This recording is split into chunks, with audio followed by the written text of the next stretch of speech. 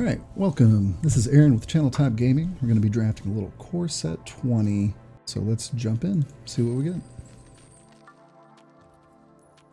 Alright, so our rare for this one's Mystic Forge. I've seen some really interesting builds in Constructed Standard for Mystic Forge.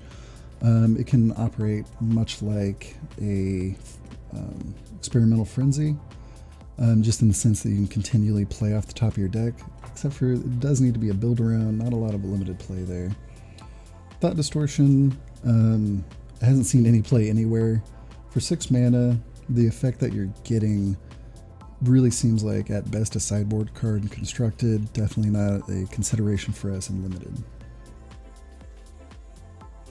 Finlurker, I've had a lot of good decks that play that.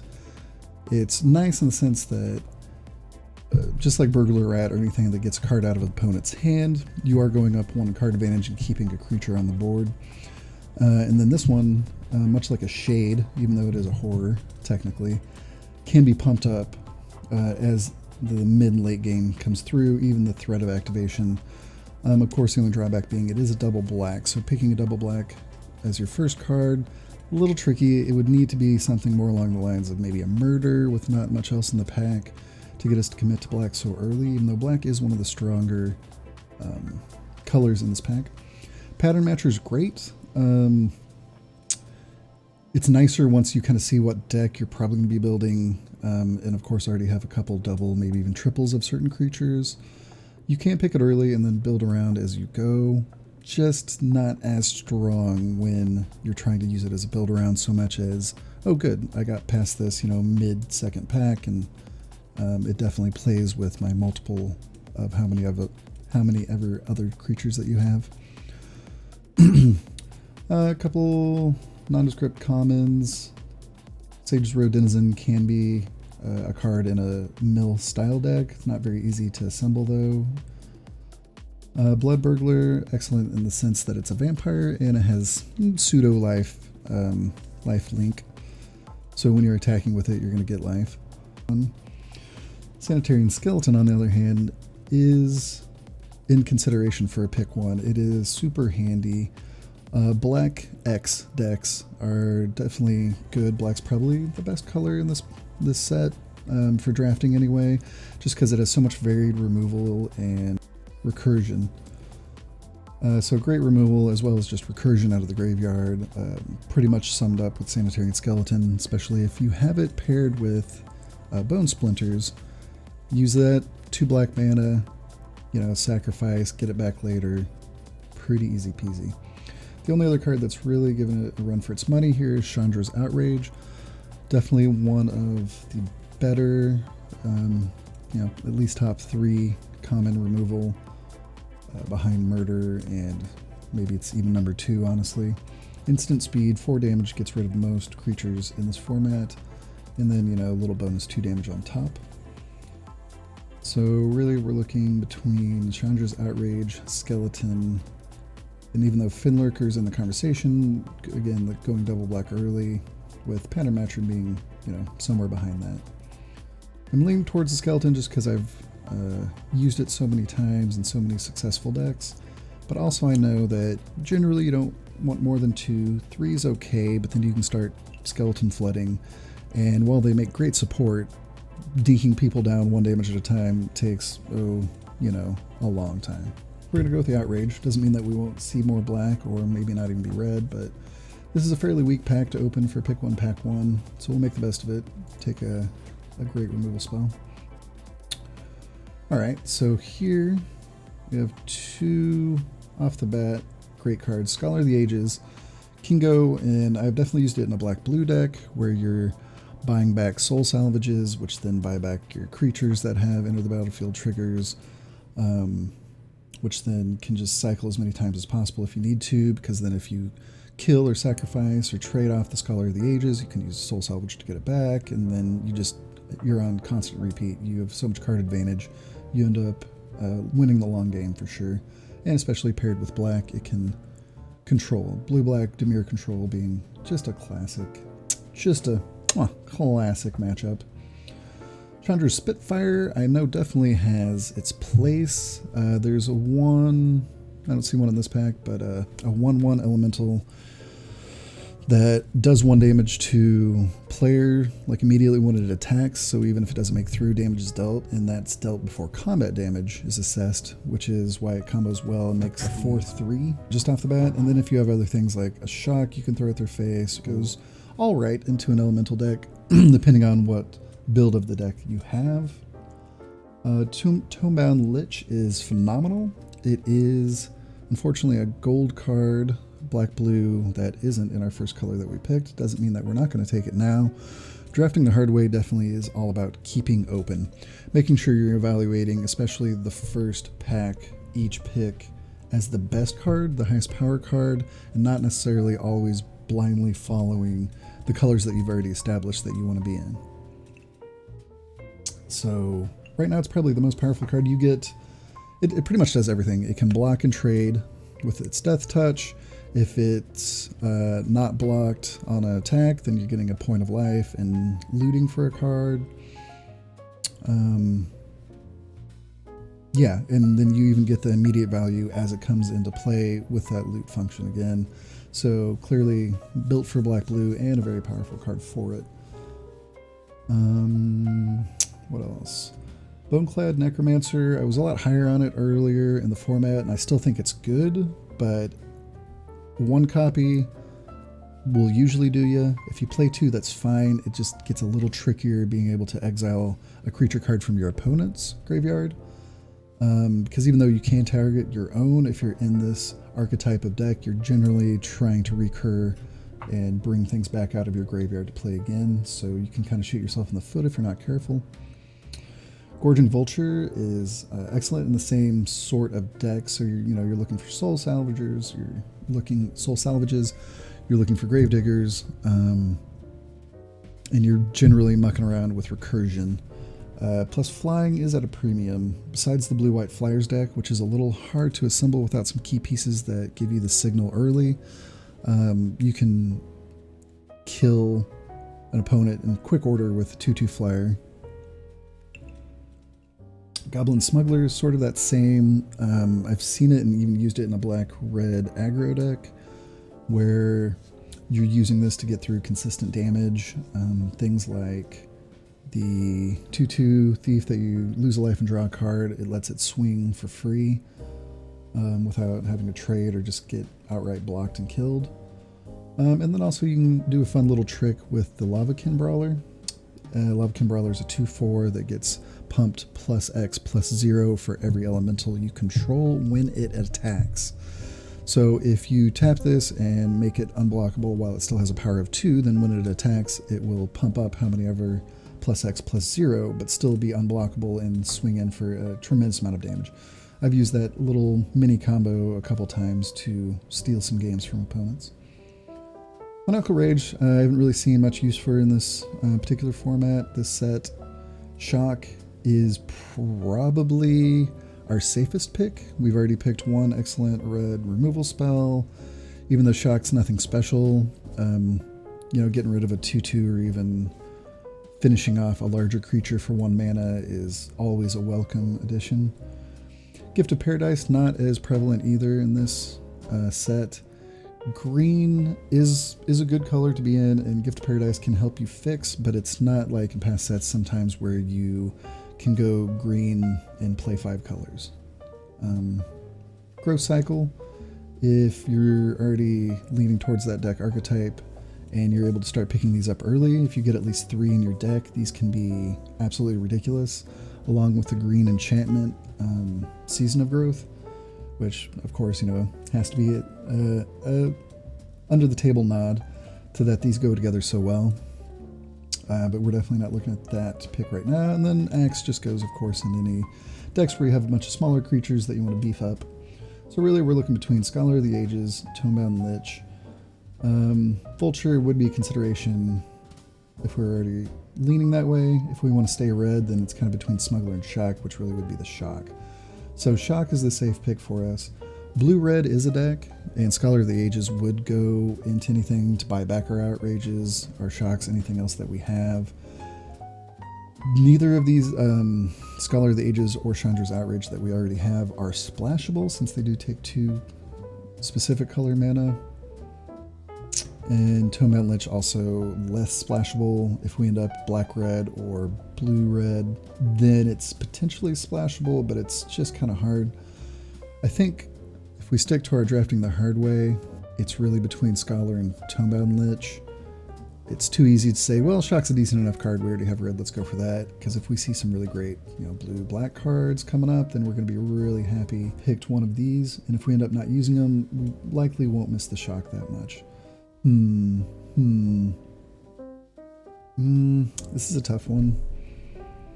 I don't see us playing a Tonemountain Lich and a Chandra's Outrage. So we're really saying Tonemountain Lich that we're going to play black-blue with, and it's very unlikely we splash red. Whereas Scholar of the Ages is still keeping us open to the red that we've already picked, but it is sort of also solidifying us in blue, or at least a step towards that way. At pick 2, you're solidified in no way. So it's a tough one, but we're going to go ahead and take Scholar of the Ages. Alright, Black Beetle's fine. Usually doesn't even find its way into my main deck. This is for best of 1.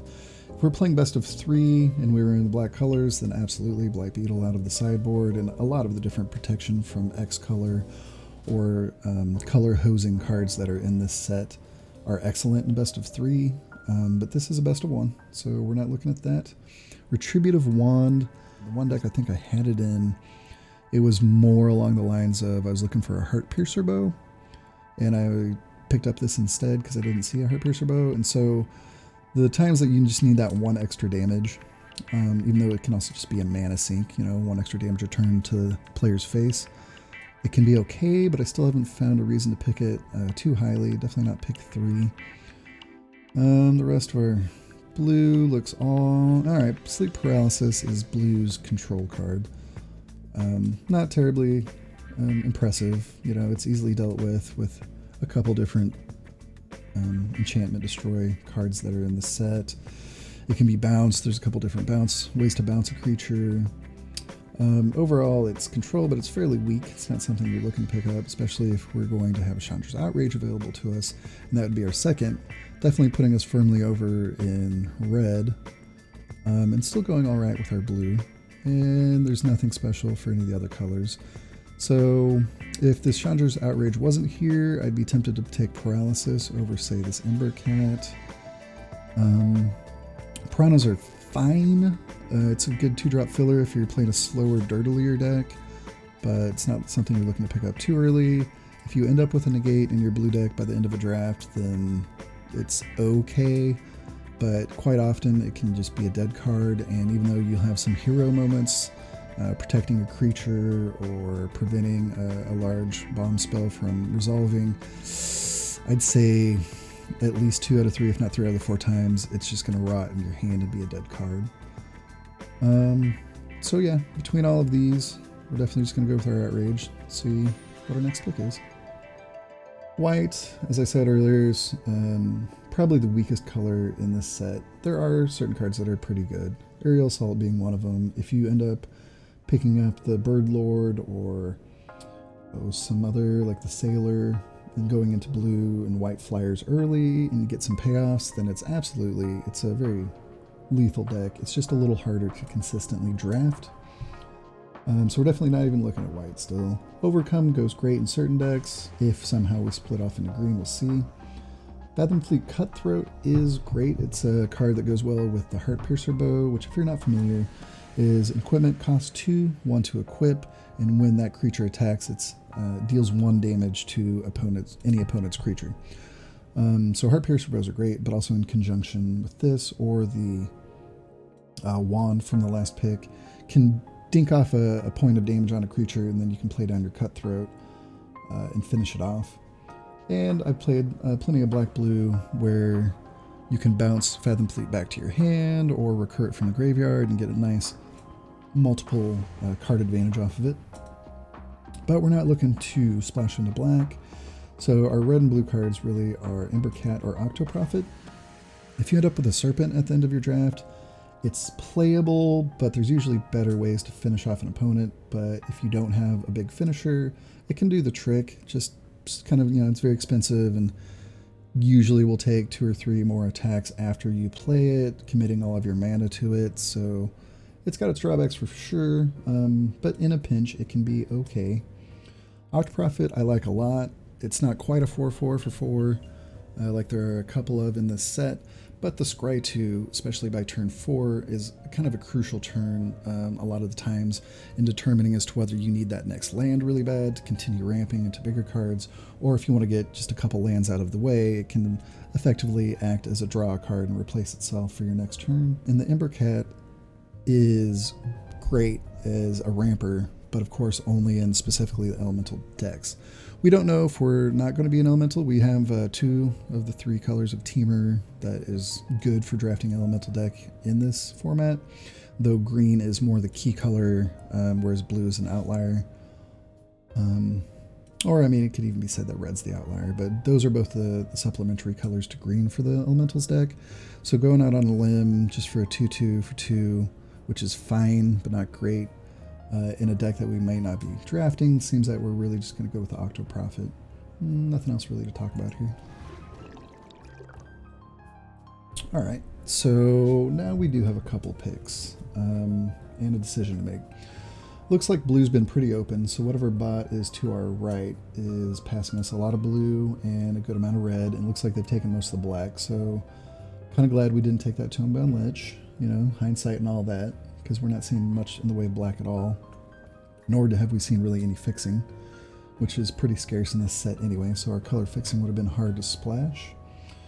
We have Portal of Sanctuary, which I still have not played personally in a deck, but I've played against and seen played by some really smart people who know what they're doing, and this can be excellent.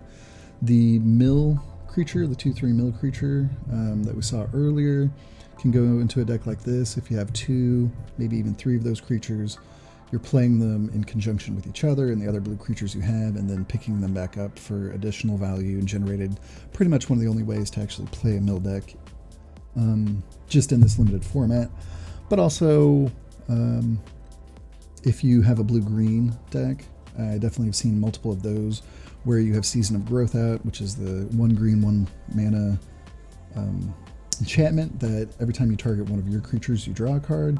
So you play the aura on a creature, you draw a card from Season of Growth, then you use your Portal of Sanctuary, pick it all back up, do it again.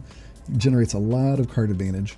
I've also beaten a couple of these decks by simply having better cards or being able to lock up the board state and do damage evasively, either through the air or possibly with the little 2/2 that can sneak in other 2/2s.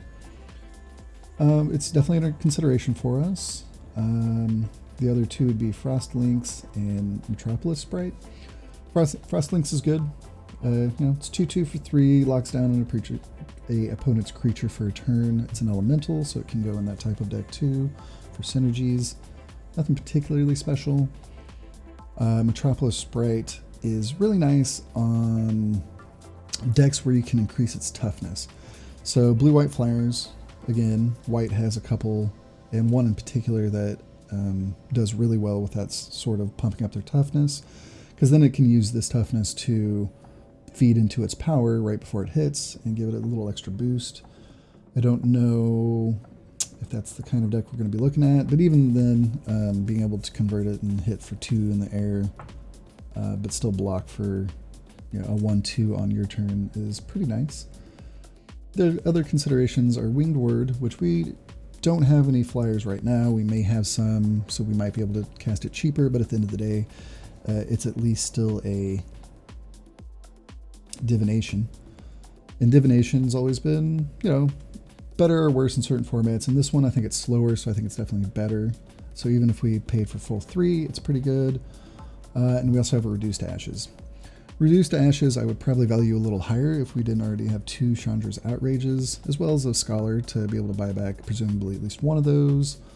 Sometimes you do need that 1 extra damage, but it's at sorcery speed, and we already have 2 burn spells, and I tend to see at least 1 more of these late at some point, and we're only in pack 1, so we'll probably have another opportunity at 1.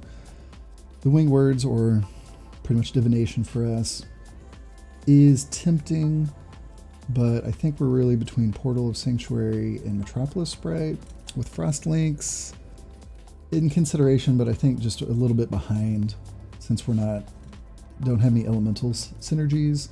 It's essentially just a 2/2 that can lock down a creature for tempo play. Not exactly what we're looking at the moment.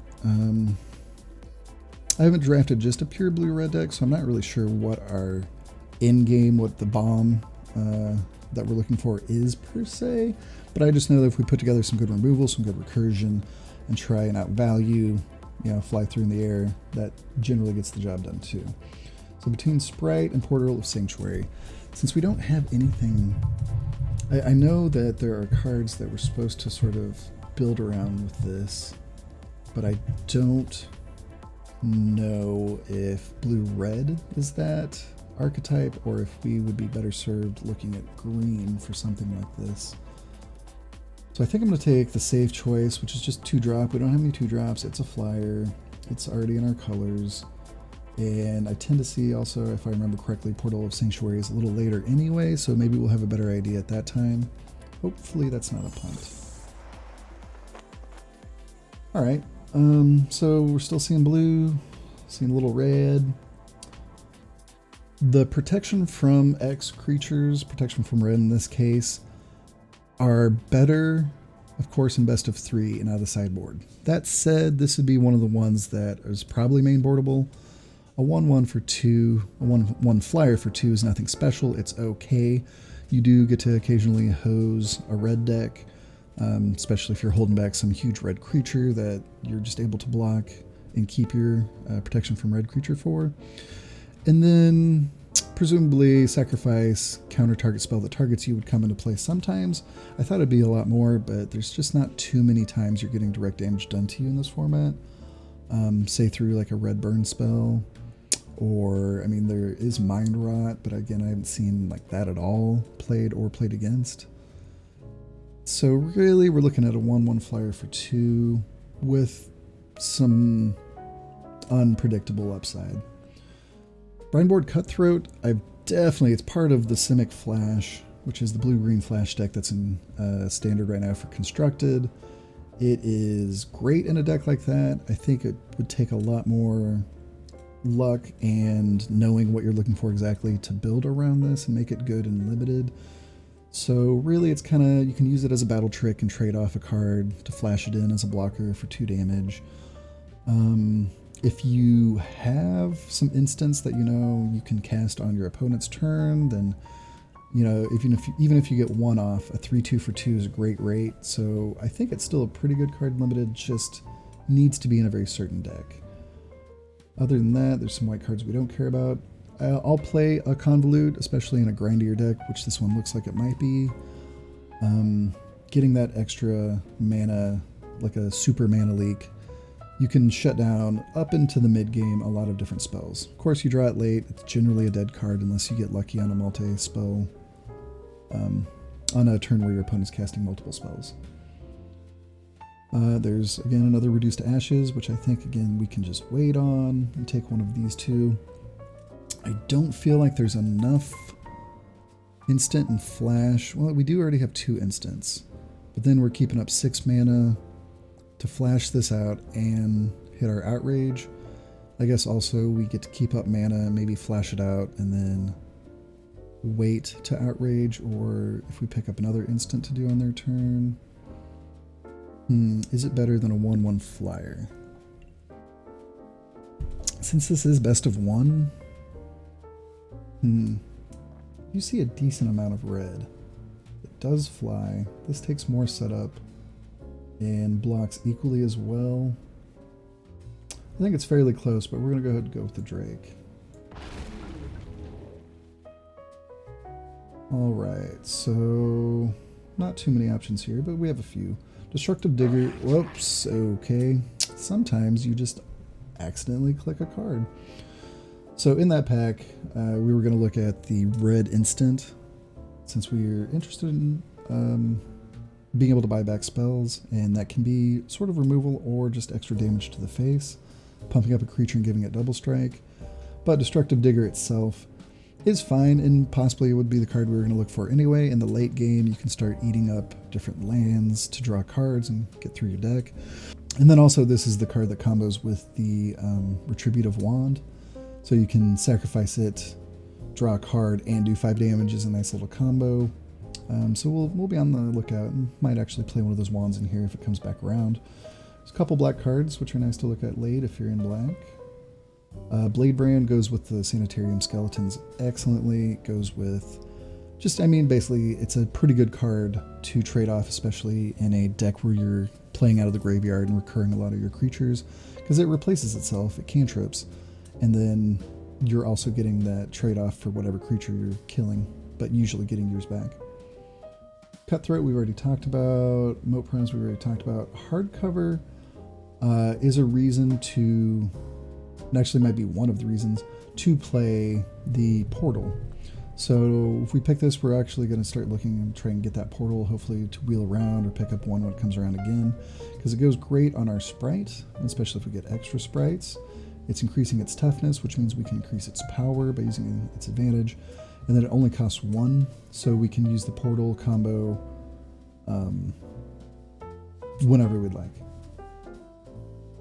Clearly, though, better, again, with a green deck that has Season of Growth. So it's looking between that. We have a couple 2-drops, but I don't think it's time to pick a Piranhas up yet. Act of Treason is a spell that we can buy back with our Scholar of Ages. Goes better if you can splash black and use Bone Splinters to sacrifice the creature that you steal and then attack with, and then use it against its owner 2 for a nice 2 for 2, so essentially 1 for 1 2 times, plus some extra damage on top. And then I'm not opposed to looking at this Aeronaut. It's flying damage. Sure, it's only on your turn, you can't block well, but 3 in the air definitely does some work. We also already have 1 goblin. Picking up another goblin and then looking for the goblin ringleader as it comes around, I tend to see a good amount of, isn't a bad idea. It can really refill your hand at the end. So I think we're between hardcover if we want to try and go down the route where we're looking to pick up the Portal and see what that deck's all about that we still haven't played with. It goes well with our Metropolis sprite. It can also, just go well with some of our 3/2 creatures or smaller ones to help us block. That said, it is an enchantment. It's liable to get blown out for a 2 for 1 if an opponent has instant speed removal, as well as it's sort of lackluster. So let's peek at our curve. If we end up with the Aeronaut, that's another 4-drop. So we'd already look fairly heavy on 4-drops before we're even done with pack 1. So let's go with hardcover. See if we can't find the deck that's supposed to go into. Alright, this gives us another reason I want to play Portal 2. Or just Portal. Not Portal 2, unless you're into that. You can play Portal 2 all you want. Not much else anyway in the pack. Again, if we want to see Serpent and try and finish, but I don't think we're there yet. Multiple Denizens can make this a viable build. Marauders X? Sure, we got a couple tiny flyers that'd be okay with. We could speculate green if we end up actually going green, seeing like a Season of Growth and the Portal and putting that deck together, though it seems more unlikely. Other than that, a Fortress Crab seems okay. Seems like something you wouldn't mind playing, but there's so many other better 4-drops that I don't think I've ever seen it played or played against. So we'll take a Speculative Axe in case we actually end up there. Alright, well here's our Retributive Wand. We do have a Digger. We're only giving up a Negate and or Piranhas, so alright, snag that one, see what happens. Nothing much for here. We'll pick up the Miscreant. If we get a critical mass of 3 of them, we might play the Fairy Miscreants. I still haven't been too impressed, unless you have ways to pump flyers. I mean, we have Axe, but we're not blue-white flyers. Woo, and we tabled the Portal, so now we're looking real smart. Alright. So far so good. Even a Convolute, which we might end up playing. Pretty good first pack, really. Alright, so pack 2, Shared Summons.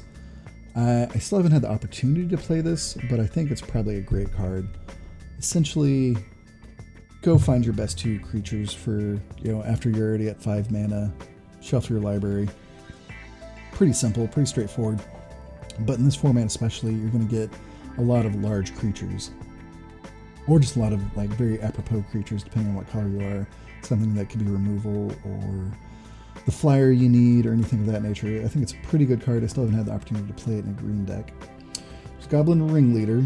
We only have the one Goblin for now. It's something to keep an eye out. I feel like I see these late a lot.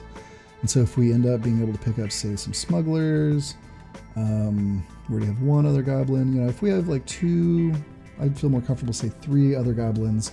Then I'll pick up the first Ringleader, which then makes it easier to pick up the second, etc. Mask of Immolation is very interesting. I played it in the black-red deck, where I was playing a lot of Bone Splinters, as well as just some recursive threats, so it was easier to sacrifice a creature, especially if they go to blow it up, sacrifice in response, get that extra 1 damage somewhere, use it with the Cutthroats, use it with Sanitarian Skeletons. Overall, I found it overperformed and did better than I thought it was going to. I don't know if it's a consideration for us here. Again, you kind of want to be able to recur those creatures that you do sacrifice, because other than that, it's just a pretty high, steep price to do just 1 damage if that's all you're getting out of it.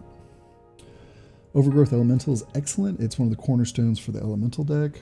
We have not picked up any green cards, so we're nowhere near green, and I don't feel like it's a option for us to try and swivel into the Elemental deck now. If we had opened up Omnath, then that'd be a different story. We'd have already had some blue-red anyway. We would have probably definitely picked Omnath up and then started looking for Elementals after that. But even though Overgrowth is great, I don't think it's worth breaking into a whole new color for. Bone Ash, some formats it's better than others. This one, it's okay, and it does depend on the deck. I think we would play one in this deck. I don't think it's pick one worthy for the moment. I'm more leaning towards Metropolis Sprite or even Shock as being our pick one here, with Goblin Smuggler sort of right behind it. We're gonna need ways to finish out our games. And I think some of that's going to be flying through the air. Especially if we pick up a second Metropolis Sprite, just makes our hardcover and Marauders X that much better. Leaves us open to picking up a Pattern Matcher if that happens later in the draft. It's really what I'm looking at. Shock's given a run for its money though, because yeah, we picked up these 2 Outrages. Yeah, we even have a wand that has a good shot at making the deck. But other than that, we haven't picked up much in the way of control at all, and especially if we have these dinky flyers and we're trying to set up an early game, then we're really going to want something like Shock to take care of that first early creature from our opponents. Pack Mastiff is worth mentioning. We haven't seen any of those yet. Even by itself, even if you don't have other Mastiffs that are getting pumped up with synergy, this is pretty decent. Threat of Activation can make it so an opponent doesn't want to block with their 3/3, or any 3 toughness creature, or depending on how much mana you have available, 4 or 5. Because at that point, sure, it would take your whole turn, but maybe you wouldn't mind that trade. Plus, there's Battle Tricks as well. Definitely better in multiples, but not bad just as a solo, but definitely not in consideration here. Really, I'd say we're looking between Metropolis Sprite and Shock, with Bone to Ash and Smuggler being considerations, but definitely behind Sprite or Shock. I really want to pick the Sprite because I want to make sure to have 2. It just feels good, makes all the rest of the deck better. Sage's Road Denizen, etc. But I think if we don't take the Shock now, we might not have another shot at one. And even if we do get past one late, I'll play 2 Shocks in a deck for sure. So we hope to... I don't know if we can wheel this Sprite or not. The one that we picked up seemed to have come pretty late. But it also depends on what the players to our right were drafting in pack 1, because now we're passing these packs ostensibly digitally to the players on our right. So we'll see what we get passed from the left as well. But let's go ahead and take the Shock and be safe. Okay. Well, looks like we have our 3rd Outrage, and not much else going on for us here. Anticipate and Crab just aren't even considerations. We don't have any... We're not equipped to splash Lich. Nor can we really deal I mean, if we're looting away lands we don't need, that's one thing. And I guess theoretically we could loot away a spell to get back with Scholar of the Ages later, but it's just not on the radar. No good ways to splash it, not great synergies with it. And we'll play 3 Outrages. So there we go. So we've locked up some pretty good removal, 3 Outrages and a Shock. I wouldn't say it's great, but we should be able to deal with a lot of things, especially if we're playing a more tempo-y game, trying to get through in the air, trying to finish off opponents either early on, but we're still open to if we end up tending towards later stronger spells, if we pick up another Denizen or 2 and we start to look like this more grindy, maybe mill them out style deck, that will be a consideration too. In that case, Captivating Gyre wouldn't be bad. It's good to either finish off if you're trying to get through in the air or get some evasive damage through, or it's just good to put your opponent back, on turn 6, 7, 8, and make them replay their spells while you're continually milling them and possibly finish out the game that way. Diamond Knight has been in a lot of contention. Some people love it, some people don't. I've played it in 2 color decks to great effectiveness, though I've never tried to put it, and definitely not multiple copies of it, because if you do draw the slate, then you're just dead in the water. Maybe you're lucky enough to have some draw card spells that then lead into other spells of the same color that you've picked, so presumably blue. But unless you're just you get it out early and get kind of lucky, then this often can be disappointing for 3 mana. Master Splicer is interesting. If you're in blue-white, there's a blue rare card that makes golems, and this clearly makes 5 power across 2 bodies, but it's also shockable, especially as a trick to get the golem to attack when you can block favorably. It's a fine card if you're in white, but if you're in white, you're probably doing other things. So that said, there isn't a ton for us here. There's an Ember Cat, but I don't think we have anything that would actually help ramp and cast. We have no other elementals currently. Fire Elemental is just underwhelming, and there's better late cards for us. Infuriate's interesting. It can help some of our smaller creatures early as far as blocking or just punching through at the end of the game for an extra 3 damage. And then of course, using it early and often, we can buy it back with the Scholar later. So that's an interesting card. I don't know if I would take it over Gyre here. And then other than that, there's Scorch Spitter, which goes in more of an elemental deck, beatdown style deck. Doesn't do a whole lot for us in this deck. So, pretty weak pack. We'll take the Gyre, see where it takes us. Not super psyched about it. Ooh, alright, so we have a nice split land in our colors. Oh wow, not a whole lot else. There's a second Digger, which I don't hate in this deck, just because now we already have 1 wand, and being able to sacrifice it to the Digger and do 5 damage to any target is a great way for a little extra reach at the end of the game, or taking care of 1 large creature. So that's very attractive. Getting 2 of those in here wouldn't be bad. Do love me some good split lands. It allows us to splash if we see some splashable, really good removal possibly of some sort, or if somehow we end up Teamer colors. I'm always a big fan of grabbing your mana fixing early and often. I don't think we have enough things to go with 2 portals, not to mention we got that one that wheeled all the way around in pack 1. So if it comes all the way back around and it's one of the 2 cards left in here, we'll take it then. It's really between the Digger and our dual land. The Manifold Key, I guess I should talk about really quick. This is the combo quote-unquote piece that can work with Retributive Wand. It's pretty self-explanatory, right? You tap 1 and tap Wand after you already used it, tap Wand again. All in all, that's 7 mana for this combo to do 2 points of damage. Pretty underwhelming. I think the more interesting ability on this card is that target creature can't be blocked this turn, so you're getting through pretty consistent damage as a mana sink later in the game.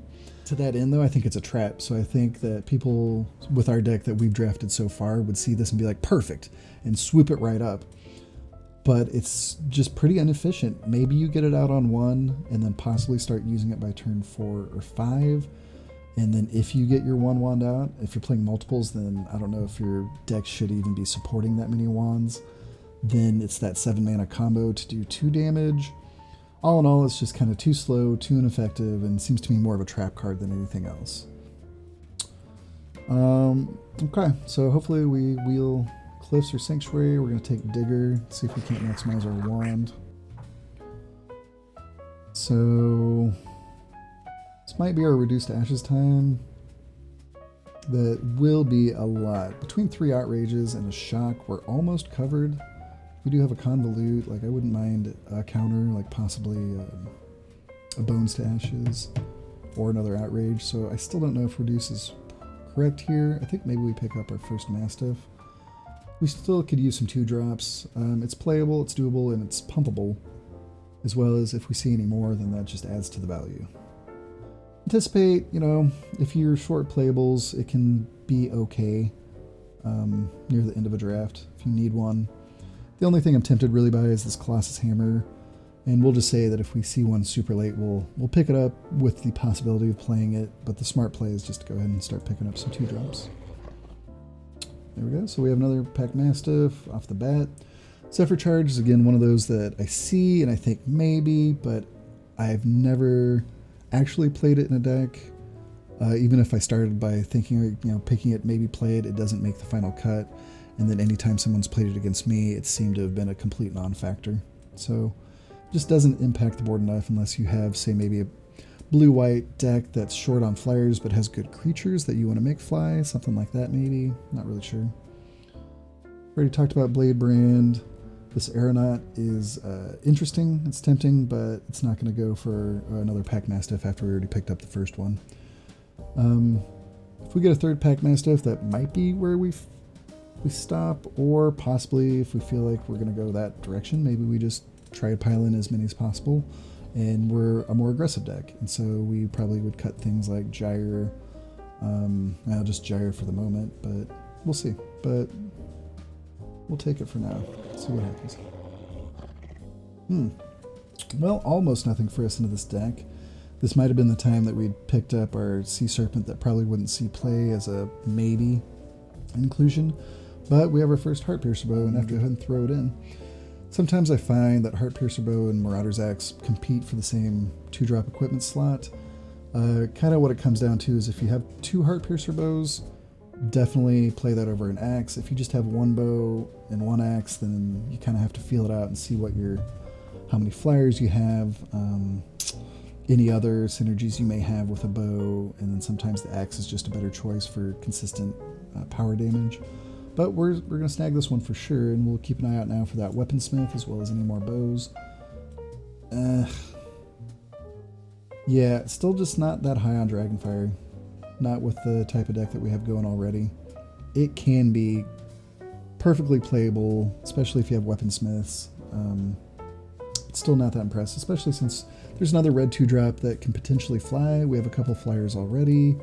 It may or may not make our final cut, but it's definitely playable, or at least includable to see how it looks in our final version of this draft. So we've already talked about Active Treason, better in black, not unplayable, but definitely better with synergies. Befuddle, I see some people use, and honestly, it can be okay. It can be a battle trick.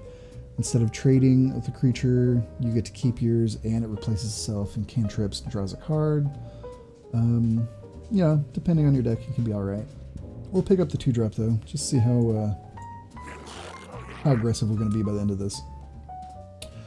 Well, this is an interesting pick. So we'll definitely play 1 Bone to Ash. The way the rest of our control is looking, especially with a Scholar, we just have a lot of grindy recursion. We only have the 1 Scholar, but really if you pick up 1 Bone to Ash and 1 Chandra's Outrage, that's generally a card that's going to take care of a creature on the other side of the board and prevent another one from coming down, as well as then cantrip and draw you another card. So a lot of good synergies there. It's probably what we're going to pick, but we're going to go ahead and do our thorough evaluation and look, do we want a smuggler instead? We do have a lot of creatures with smaller power, especially something like Mastiff, where we would be able to make it unblockable, attack with the Mastiff, and then pump it up before damage is distributed, which can be very, very powerful. Kind of nombos with the axe if we end up going axe, but then is again good for a creature that has Heart Piercer Bow on, lets it attack freely. Hardcover's been the only thing that's been less than exciting as we've moved more towards red cards versus blue. So really, Portal goes with hardcover for the most part, goes with Denizen. Is almost its own little package that we would or would not play. Convolute may or may not make it. I don't hate one in a deck, but sometimes just isn't necessary. 2 Diggers and 1 Wand seem like a pretty decent combo. That's 3 Goblins, but I still don't think Ringleader is in any position to knock out Bone to Ash or the Smuggler, at least not for the moment. If we take Smuggler, then that makes us look real hard at our next Ringleader, because then we would have 3, possibly 4 Goblins to hit, which is, with 4 cards down, less than, or greater rather than 10% of the deck that we'd be looking at. But really it's between Bone to Ash and Smuggler, and for a pick 9, pack 2, it's nice to have this sort of hard choice. It means that we're crafting a deck that has a purpose, and we're really trying to synergize with that purpose as much as possible. It's pretty tough. I want to say that we'll see another Bone to Ash, but we could easily see another Smuggler. Which one are we going to miss more? I guess really we might miss the Smuggler more, because the combo with the Pack Mastiff can be super powerful. Okay, I think we've talked ourselves into a Smuggler. So we'll definitely snap up that Bone to Ash if it comes our way again. Alright, these cards don't matter. We'll take a Dragonfire just in case, put it on the sideboard. I don't see us playing the 1-drop. Possibly we side end if we want a little larger creature. Here's the maybe finisher. Again, still don't think Manifold Key's worth it. Possibility finisher. These cards don't matter. When you're picking cards that truly don't matter at the end of a pack, if you're really trying to maximize value, try and pick higher rarity cards. Generally, that means an uncommon of some sort. Just helps you fill up that vault faster. So, fairly weak pack for our colors. Fry is a super powerful card that is very hard to main deck, especially since white and blue in this limited format, in this set, generally you're not looking to do a lot of damage to creatures. Of course, in Constructed, this is just a Teferi killer. Can't be countered, 5 damage, perfect, creature or planeswalker. And I would say if this was best of 3, it was very likely that we would take this, because out of the sideboard against the right deck is just as good as it is in Constructed. That said, we are in best of 1, so likely not going to be taking that. Rapacious Dragon is fine. I think some people are really high on it and some people are really low on it. I just sit right in the middle. If it's a card with not a lot of other strong picks and I could use a later creature, then a 3/3 flyer is fine. The treasure is nice, especially if you're in a deck like ours where we might have some instants we want to hold up. But by and large, not overly doesn't overly synergize with a lot of other cards in this set. But playable if we get there, just nothing special. I will talk about Barkhide Troll is excellent, even though it's not elemental, it goes great in some of those decks. Just anything that can have, it's a 2/2 for 3, just off the bat. Sure, it's specific color, it's a little restrictive, but it's a 2/2 for 3 that can then protect itself from removal if that's what it comes to. I can't think of anything off the top of my head in Limited that would allow you to put more counters on right now, but in Constructed, you have Proliferate, things like that, this can be a real powerhouse. So good in Limited, good in Constructed. In our colors, there, again, isn't much. We've had some pretty weak packs, especially for our pick 1s. Denizen plays into that strategy if we lean more towards that way. It's definitely not first pickable. A fourth Chandra's Outrage is bordering on too much, but it really just isn't. We're definitely going to have to be 2-color, no question of a splash.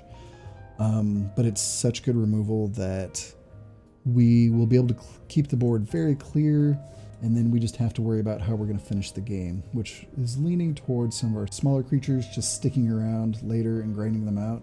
With no way to recur them, we need to make sure we pick up some more finishing creatures. We do have, you know, our fallback Sea Serpent or, you know, whatever elemental over here in the sideboard, but we're looking for some better finishers. But I'm still looking like we're going to pick another Outrage. That said, we've seen a lot of red come our way with later picks, and our Heartpiercer bow seemed to have come out of nowhere. That was the one that we saw. It was a super late pick, but it's the only other one we've seen, period. And the difference between 1 Heartpiercer bow and 2 Heartpiercer bow is exponential, not additive. Being able to get 2 of those onto a creature, you're just attacking in and killing anything with 2 toughness or forcing them to trade, usually poorly and not in their favor, with a better creature that you've already dinked on. So even though Chandra's Outrage is the better card, the fact that we're pretty set on it and a Heartpiercer bow will have that much more impact means we're going to go ahead and take a Heartpiercer bow, and we're really hoping to find one of those weaponsmiths now. We'll go ahead and put Axe in the sideboard. Glint Horned Buccaneer. I have only seen this during spoiler season, so it's been a while. Let's read. Haste, discard a card, deal 1 damage to an opponent. And we can pay, so whenever we discard for any reason, anything that makes us discard, we deal 1 damage to an opponent, each opponent. And then we can activate ability to essentially loot, or I guess rummage, more accurately, rummage away a card. And that's about it, and it has haste, and it costs 3. So in terms of limited, this blocks well. We are already going to be heavy enough into red that we can account for the double color, and if it's opportunistic, we can use it to attack the first turn, and then we can even rummage away extra lands. So even though I feel like this is more of a build around card and constructed with like a discard deck of some sort, we can still utilize this in limited just because it has pretty good stats and a okay enough ability that allows us to get rid of extra lands later in the game. Let's see what else we have. A Drake, which we already have 1 of, which we've talked about. There's that Weaponsmith. I don't know if it's pick 2 worthy or not. We do have a Vial in the sideboard too, which we would maybe bring in just for extra synergy. At this point, I think we would be looking at pretty much abandoning and bailing on the Portal Denizen hardcover strategy, which I think's fine,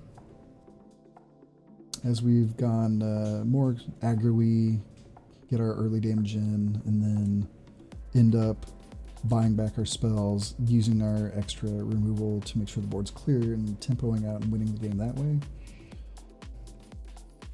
One card that just seems good at all stages of the game, Weaponsmith, which is much higher synergy now that we have 2 Heartpiercer bows. And the faster you get those out, the faster you're just keeping the board clear even without our additional removal. Seems very, very tempting. And then we have Slate Paralysis, which we have enough removal we're not concerned with, and then a really good 3/4 flyer in blue that's hard to get rid of. So even though good card, pretty good card, all we're really looking between is this Buccaneer and the Weaponsmith.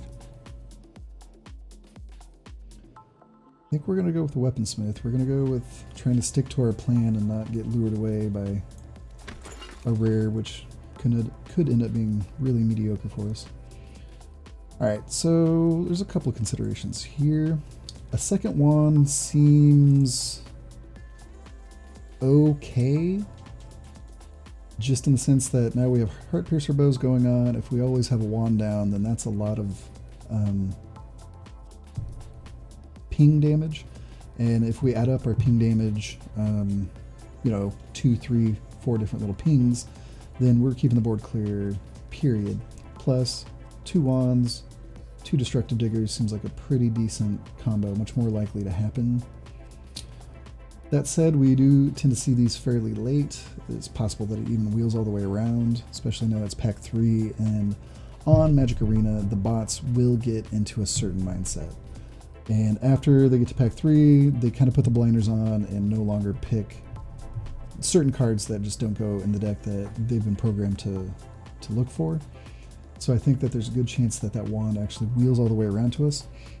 Scuttlebutt's interesting. I almost like fixing even in 2-color decks, but 2/2 for 3 that has some upside and a little bit of ramping power just isn't what we're looking for in this deck. But there are several decks, even ones that aren't tri-colors, 4-color decks that could use Scuttlebutt, just not particularly this one. So really, I think we're looking at Bone to Ash, and I guess we should at least talk about Brawler. Brawler's good even by itself, really. A 2/4 that makes itself into a 3/4 since it counts itself when it attacks isn't great, but it's also not the worst, especially if you have upside. Unfortunately, we have 0 upside. In this deck, we have no other elementals whatsoever. So really, that's the only reason we're not even looking at it. If we had even 1, but probably at least 2 or 3, then this would be much more likely to be being picked and make our deck, since it's also slotting into the 4 slot pretty nicely. But the way that we're playing out, and I'm thinking that we'll be able to wheel this wand, I'm just going to go ahead and take that Bone Dash now. Yeah, we're just raining in wands. It's a really good chance that at least one of these wands comes back to us, so we can, just for the same reason we didn't pick the one in our prior pick just a second ago, we're not going to pick this one. Because also we do have something to pick, Unsummon or Ashes. Now, Ashes would be really the last removal that we could possibly need. It would round out our top end. It would give us 1, 2, 3, so 4, 5 direct damage, kill spells, along with our bow and potential wanding later on. But I think that's the same reason, since we're so covered on different forms of removal, that we don't need to. If it comes down and we end up one of our last picks with nothing else going on is Ashes, that's fine. After we get into cutting down the deck, then we'll see if we actually need it or not. But right here, Unsummon is just super handy. You can use it to save your own creatures, you can use it as a blowout in a double block situation, or you can just take that big bad nasty creature, the whatever, not Thorn Elemental, but Vorst Claw, that opponent cast last turn and then is rumbling in towards you, and throw it back in their hands, said, try again, have another 6 mana, swing at it, while we're hopefully doing some tempo damage in the meantime. So it's good early, it's generally good late, it's just a good card. And that's going to be our pick. Other things here, Healer of the Glade can find its way into the Teamer Elementals sometimes. Netcaster Spider's great. Flying threats are not only just blue-white, which is the Flyer's deck, but there's flying threats in most colors in this set. And getting that spider, as well as its bigger cousin, the 3/5 Mammoth Spider, almost always playable in any green deck. So definitely worth it. Netcaster Spider has the added bonus of being able to trade up when it's blocking a large flying creature, so that's nice too.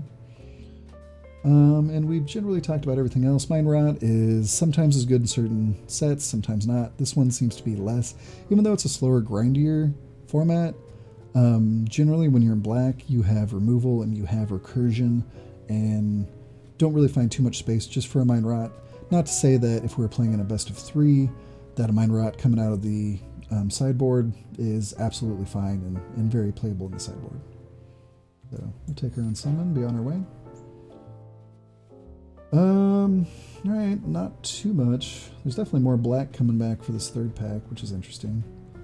We're not considering splashing. We have way too many double-colored spells we're committed to. In fact, if nothing else, I would love to pick up a dual land in our colors, just to make me feel better about all the double colors we do have.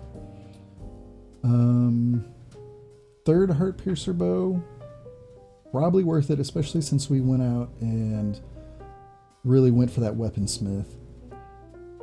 I've never played in 1 with 3. I've seen it, and it also, all it really means is much more likely for you to have the 2 out at any given time, though 3 is just as good. Now you're taking out any 3 drops that the opponent has.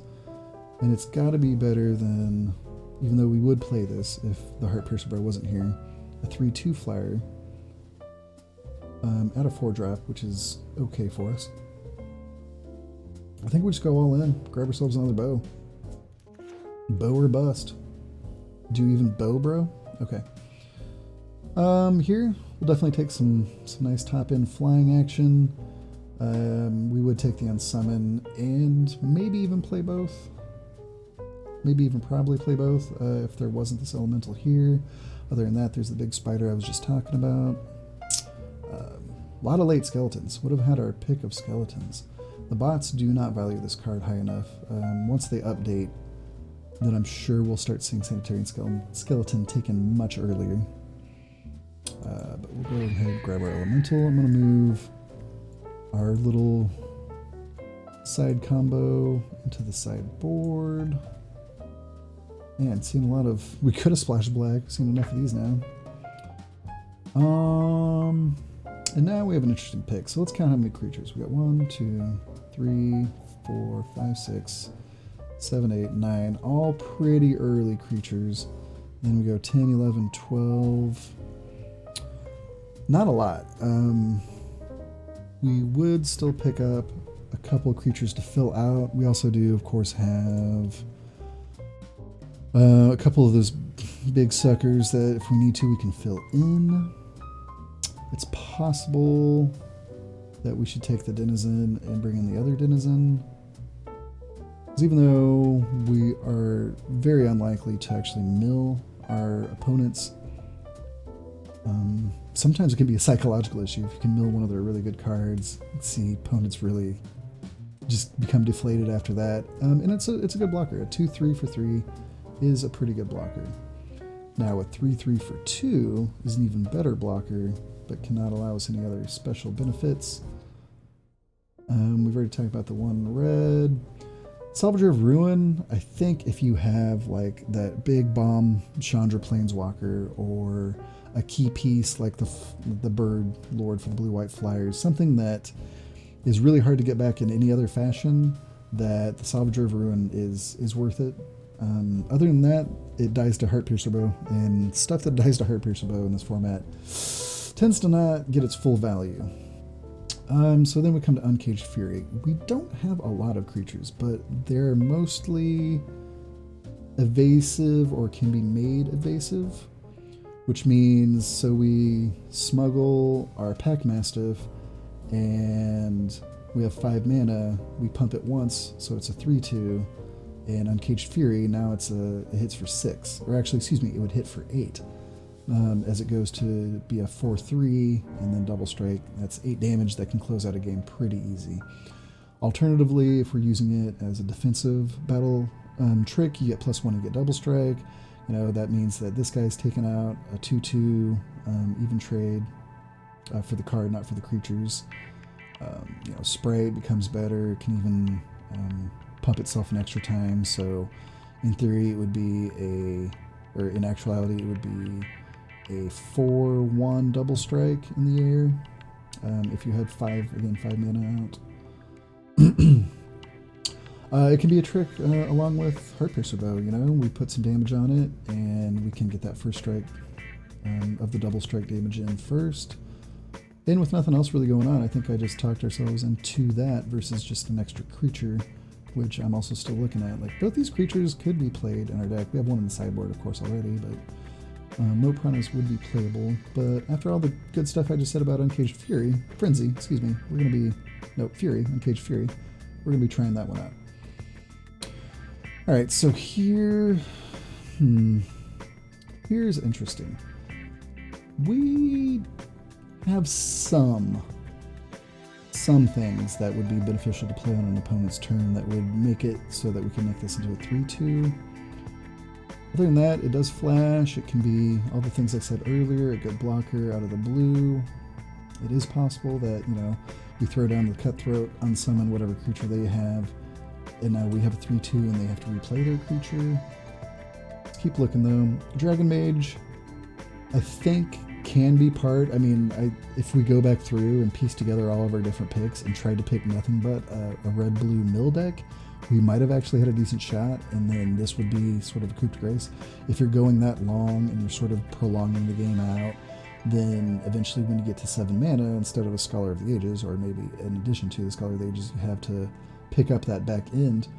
Now you have this Dragon Mage, but it's the classic scenario of win more, because if you're hitting them with a 5/5 flyer, then sure, they're going to discard their hand and draw 7 cards, which is going to mill them out pretty quick regardless, but aren't they just going to die to the 5/5 flying damage before they die to the mill? So again, possible, but not practical. Yep, Fortress Crab we've talked about most of these, so really, it doesn't particularly matter. I think, even though we have some goblins, and it's possible to still see a goblin ringleader. So that's 2, 3, 4. I just don't see us playing both of these, even if we do get a ringleader, whereas this has some upside. We do have quite a few instants, so I'm not sure if it makes the deck, but we'll go ahead and give it a try. Alright, not much here. Negate or a Denizen's Row. Again, we have one on the sideboard. I don't see it being any part of a real strategy. If we had gone that middle direction, that we would have been swimming in Denizens, which at this point would be pretty powerful. You get even 2 of these out and bounce one to your hand and replay it again. That's 4 cards off the top. You do it with 3, then it's an actual real chance of milling. But we went in a different direction. We're trying to Heart Pierce, tempo aggro, which means we'll keep this negate in the sideboard. It may find its way in. Maybe, maybe not. Evolving Wilds is tempting. Do we just want another flyer?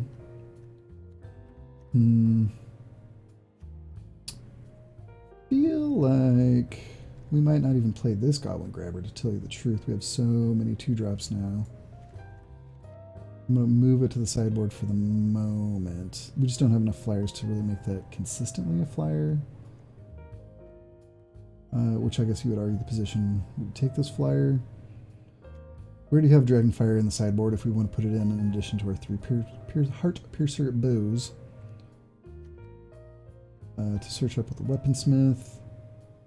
I'm really just feeling this Evolving Wilds. It fixes that extra chunky mana, and then it actually thins us by a mana. Alright, we wield at least one of the wands. I wasn't keeping count. I think this is just the first one. I'm sure we'll see the second one, the next pick. Which makes it interesting as to whether or not we would actually want to choose these piranhas, but again, I think we're all filled up on playable 2-drops, so we'll take our second one now. Ooh, and one of them actually didn't wheel, so it's kind of nice that that other one did. These cards don't really matter.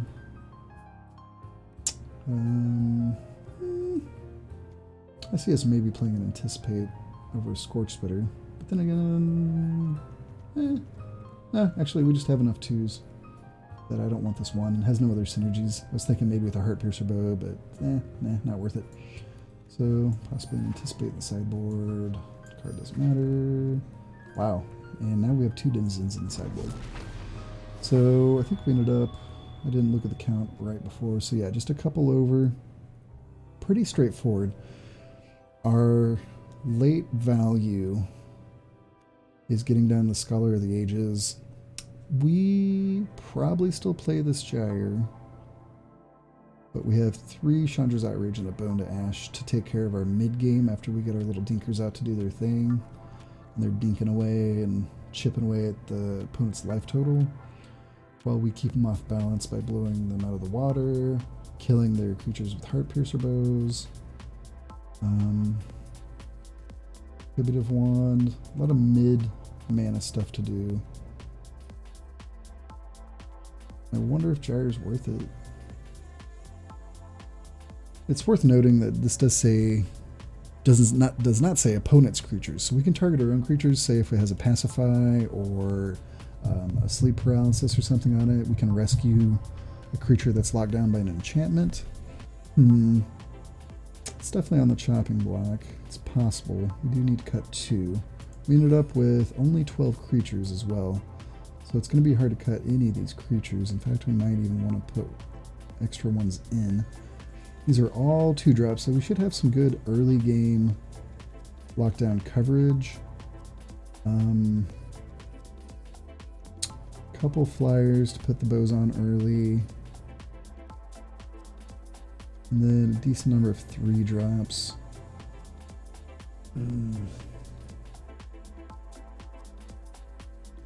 I like the idea of Fury along with Heart Piercer Bow, along with Smuggler Mastiff combo, or Metropolis Sprite combo. That's a good chunk of damage if we can get it through. Possible that we just play the 1 wand to see how it goes at first, because you always want a digger, but not necessarily always a wand, and the wand is better with a digger. Octoprophet, just one of our kind of our larger creatures. We don't have a lot of large creatures. We're going to be relying on the outrage and the recursion of the outrage as we get into the late game. Let's go down 1 wand. And I don't think a bow, so I think maybe this gyre. I might regret this. I would say it's possible we could play 16 lands in this deck, but not with Scholar of the Ages. It's just too likely to get more stranded as we lay it out later in the game. No gyre to start with. Captivating Gyre is just... I'm just not sure how good it is, because honestly, if we get to the point in the game where we draw that, I don't think that we were just waiting to deep through some extra damage. I feel like we're taking care of any of the opponent's creatures before we actually get to the point where we would need a gyre to try and close out the game. Not to mention buyback value is pretty low at that point. That's a really long game that we got to that point. So not super stoked. I'm never quite sure how a new deck I haven't drafted before is going to perform the first time we go through, but we're going to check it out. Do a little blue-red, let's call it tempo aggro, and yeah. How about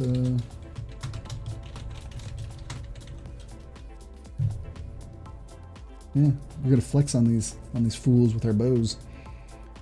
So all right, let's start it up.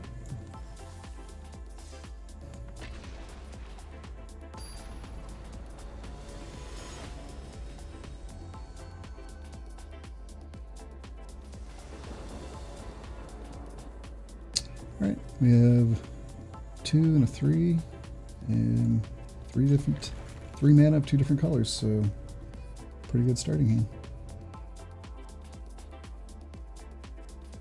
Now we're going to want to try and put pressure on as fast as possible.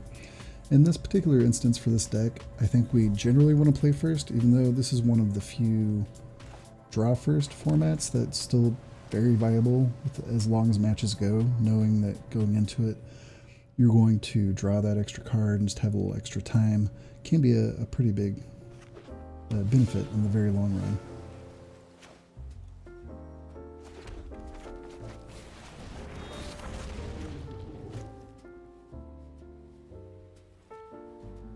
Alright, opponent maybe has an unsummon.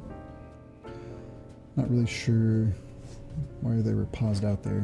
They could also just be holding priority. Okay.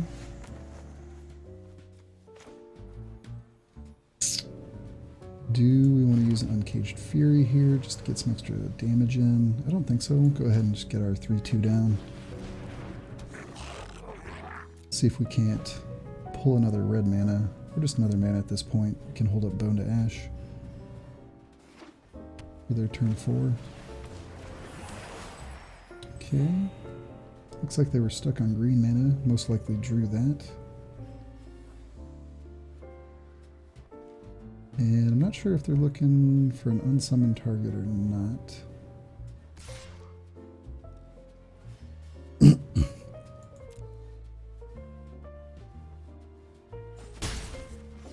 Okay, they want both of their mana up. Interesting. Well, we haven't drawn a 4th mana, which is unfortunate. So we're going to swing in and possibly even burn this Uncaged Fury just for pressure, for damage.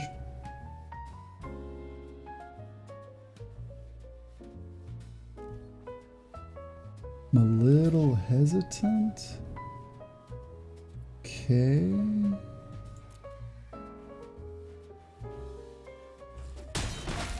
Really feel like opponent's got something. We're really looking for that 4th mana.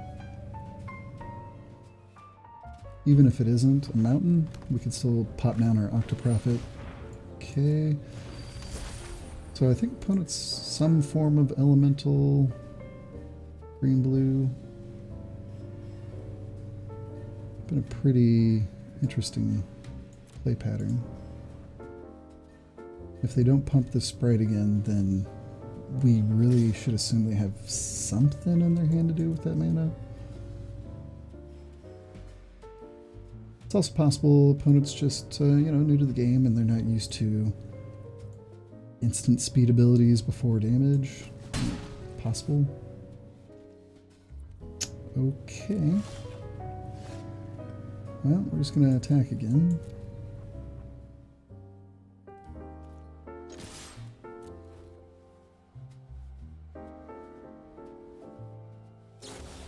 Okay, so there's the unsummon, which is fine. Pop that back down. And unfortunately, 3 lands on our top 11 cards. It's just unlucky. We are running a full 17. Yeah, we would not have minded boning Tash that. Oh man, $1 late. Day short, I believe is how they say it. So, I think what we end up doing is holding back our Uncaged Fury and or Bone to Ash. And using that with our Digger to try and take the Serpent out.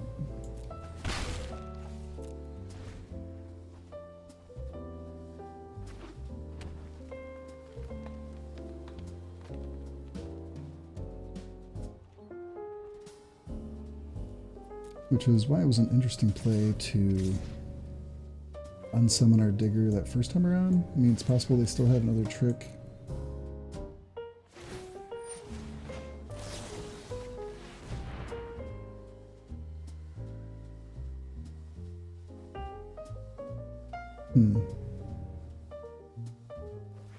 Alright, so maybe it's a gigantic growth?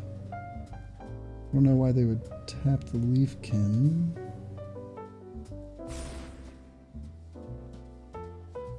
Okay.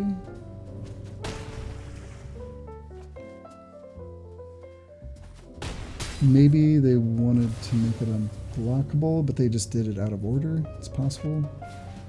Another healer. Alright, so opponent's got a pretty healthy life total, but we're where we want to be now for the most part.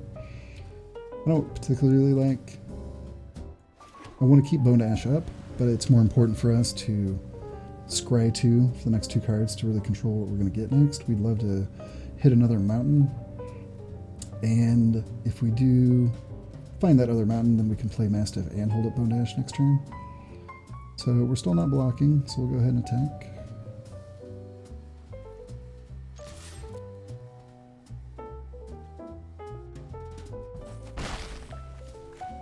And sure.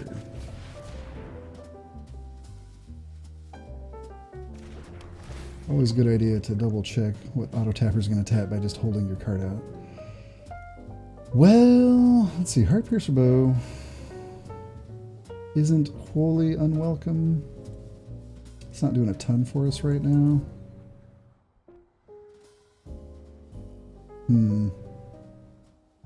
Pack Mastiff I do like.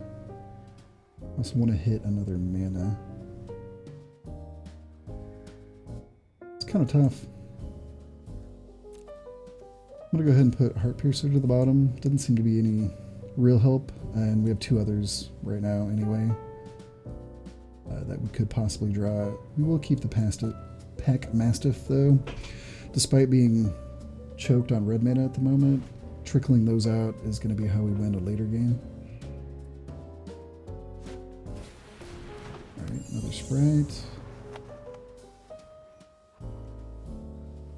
possibly was even right to try and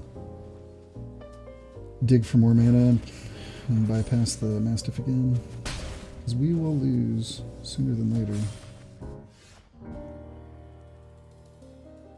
All this extra damage.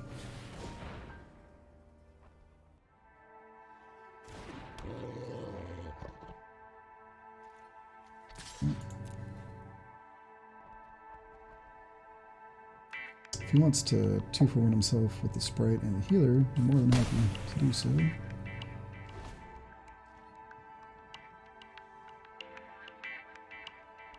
Love to see another mountain off the top.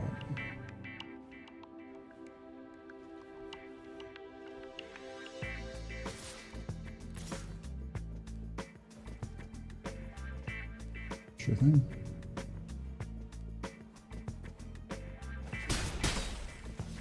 Okay, opponent found a Vorst Claw, maybe? No?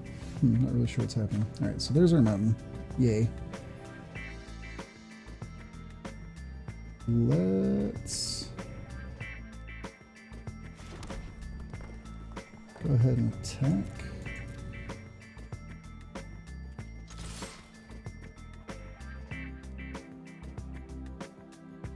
Right. Fuddle, no big deal.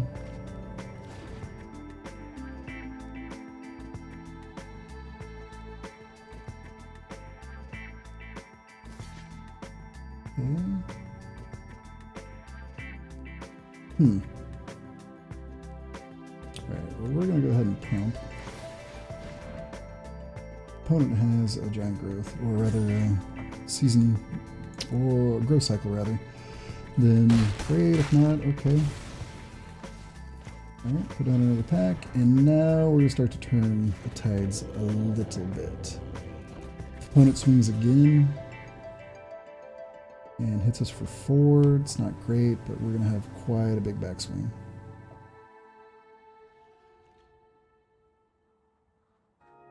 A third mountain would not be unwelcome. Alright, just have to wait on it. So...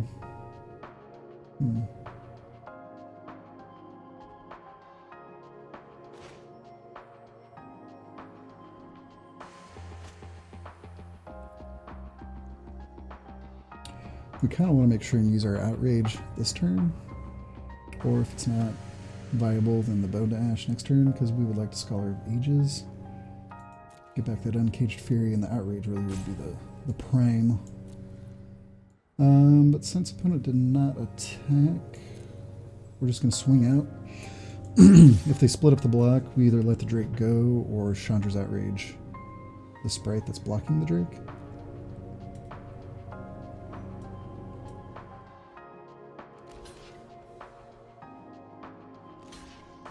Okay, so yeah, no problem there. More just wanted to see how they blocked.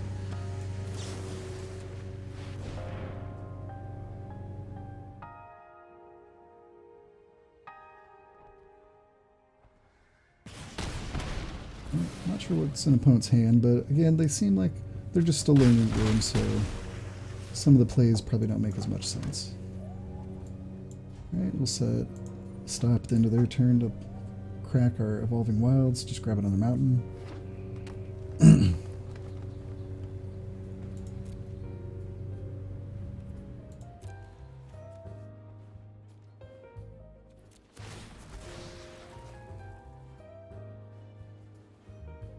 And I feel like we've got this pretty well locked up.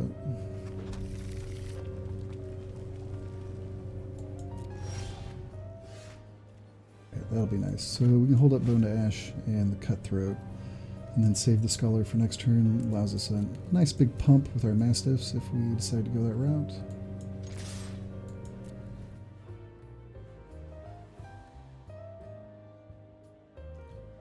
I feel like they, yeah, block a Mastiff, pump the Sprite.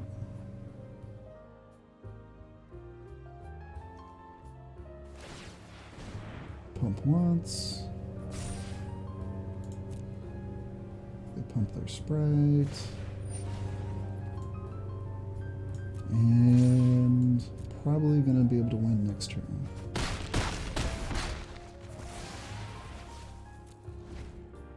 Because we have the board covered with a Bone to Ash, and then if nothing else happens, we have a Cutthroat.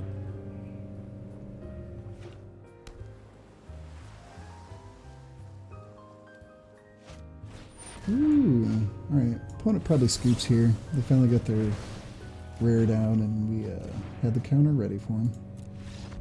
And good game. Good game.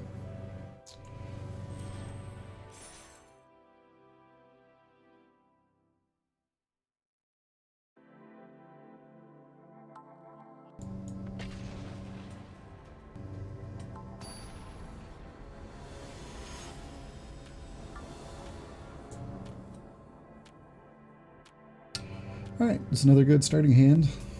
3 mana, both colors. Even though we don't play Unsummon on 1, a 1 mana spell, 2 mana spell, 3 mana spell. Pretty much all you can ask for. Now, I'm going to go ahead and still lead out with an island. But we want to make sure and hit our pass turn pretty much as quick as possible, just to not give away the fact that we have an Unsummon.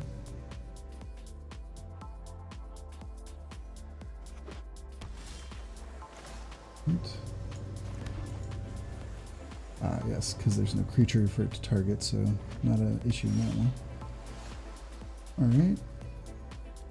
We'll be able to flash out our Cutthroat.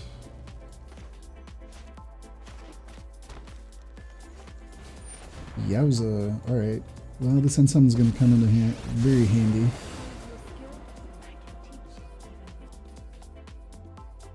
And this Cutthroat's going to look extra good. And the fact that they can't target it to -2 it right now.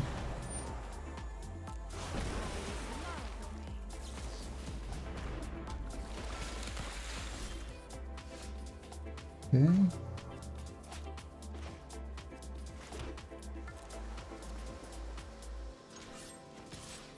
Take a stab there. And we'll go ahead and throw down the wand. It's going to leave us a lot of open mana to do different things on their turn. We definitely want to try and unsummon, especially if they put a token out at the beginning of their turn. Okay.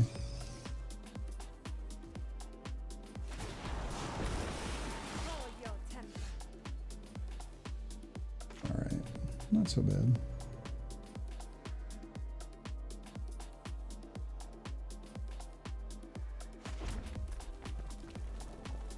We're going to leave everything open. We're going to be able to put a point on Mooling as well as unsummon whatever token creature if they get around to making it. We're probably going to protect it from the wand though. Yeah, and plus it again. Which is fine. And that's also fine. So we'll pop that. And yep. Ooh. Right. Well, let's see.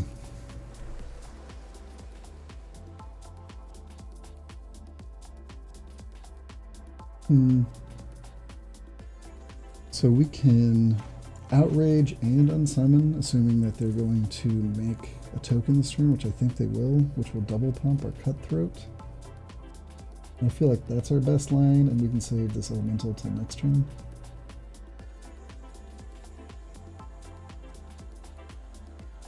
Yeah, I like that.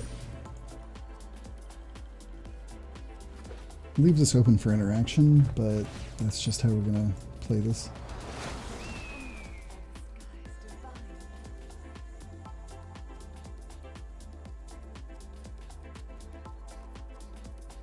Alright, let's see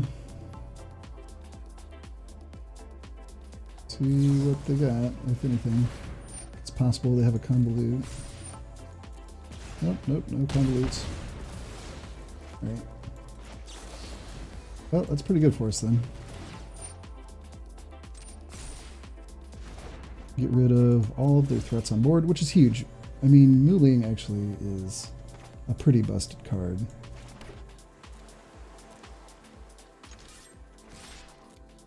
So being able to deal with all of that so easily was a little misleading. It's actually harder than that. The only question is, what were they holding up though? Because if it's a Bone to Ash, then we don't really want to feed this elemental to it. I'm actually just going to throw down the Mastiff instead. Alright, looks like there was no pause. Ha, get it, pause. And we can still dump some mana into the wand for 1 damage. Oh wow, maybe opponent's stuck on a color, possibly? Not entirely sure. Alright, so we can pump once or play the bow. Probably play the bow.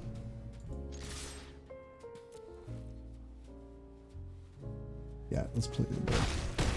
So let's just dump our hand out. I have no idea what they got going on over there. But I do know that we have excellent position and looking pretty good to win this one. Cutthroat came through really nice there. Left us with just the perfect sequencing to completely take care of their 3-mana Planeswalker, which should win games, as well as pump it up at the same time. It's pretty sweet. Alright. Jump right into the next one. I will say, since this is the beginning of a season and I wasn't able to climb into Mythic for the last couple seasons, that I've degraded all the way down. My rank decay has gotten all the way down into Bronze. So we are definitely playing some people who are probably new to the game, which is giving us an edge, but all the same, it's a pretty good deck so far. This is an this is an iffy keep. We have 3 spells that we can cast with the cards in hand. 1 of each mana with 2 colors, and we're on the draw. So it's a bit greedy, but to be honest, it is correct. Or at least can be argued to be correct. Alright, let's go ahead and grab blue mana at the end of their turn. Wish we had a Swiftwater Cliffs. Alright, so we're probably up against Elemental. Teamer colors generally are going to be Elemental decks in Core Set 20. Yeah, we need an island. Throw down our Drake. Okay, we could really use a mana pretty hard. Excuse me.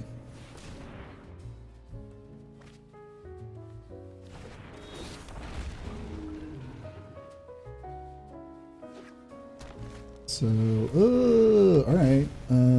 Well, we have the answer. We have a shock. A 3rd mana lets us, there we go, that's what we wanted. Lets us put Heartpiercer Bow on our Drake. And that is just excellent, excellent value right there.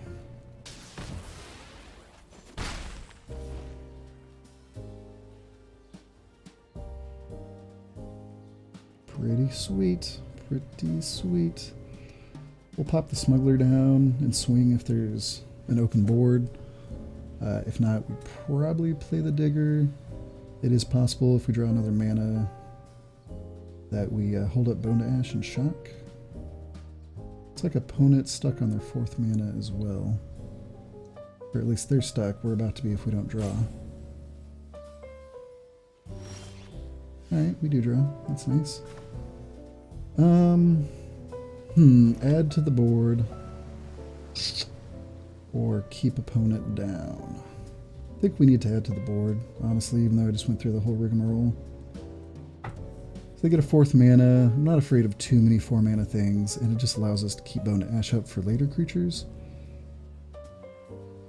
Could also put down Weaponsmith and keep up a Shock in case it's a cheaper creature.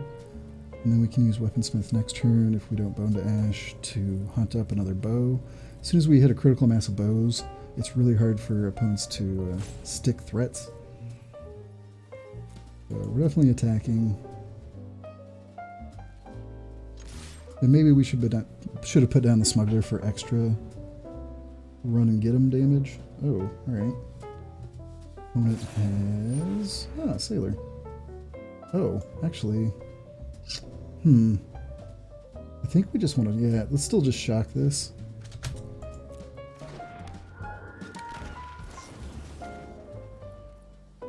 And then put down our weaponsmith.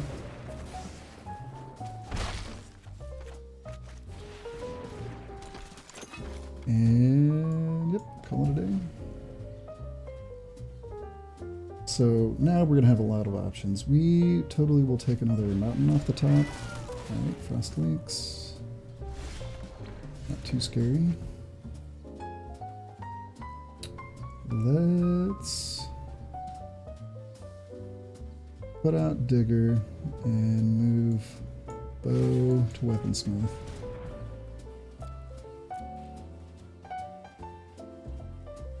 Yeah. We're only forcing 1 damage, but right now I'm trying to pressure opponent while we have board advantage.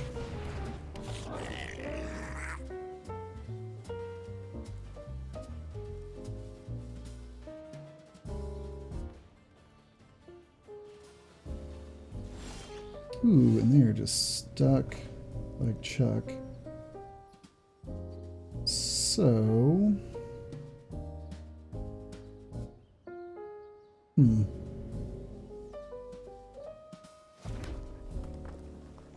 We're actually going to hold up Bone to Ash and tutoring for another Heart Bow. And do we want to offer the trade?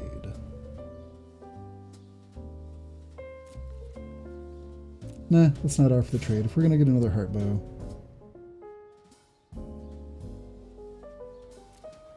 then it makes more sense to just wait and we can remove that creature, that threat, at the beginning of our next attack step. Because now we're going to tutor one up, get it out, get it into play, attack, kill that Lynx, and anything he tries to play in the meantime, we're going to Bone Dash.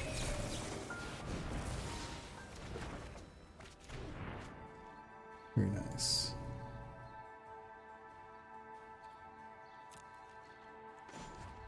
Right. Tutor up a bow.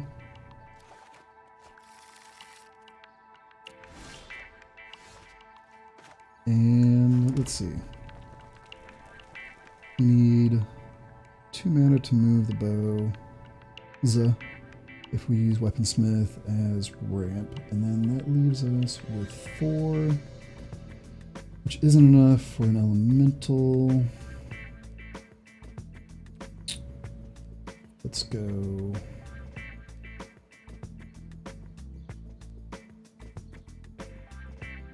Let's go this route. So, tap for mana. Play our second bow. Move both bows here. Make sure our auto tapper is not screwing with us. We're out a Smuggler. Attack for 7 with Unsummon to back us up.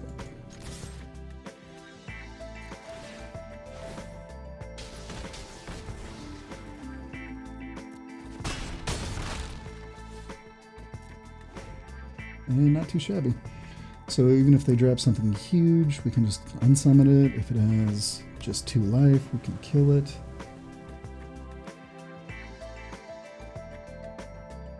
We can also totally just summon up our 3rd bow and play and equip it if necessary.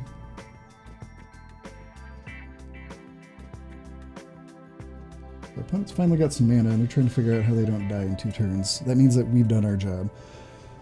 Clearly we were helped out by them getting mana screwed. Ooh, okay. So he's going to eat the Drake, I guess? No, he's going to double up the number of counters. Alright, so that's fine.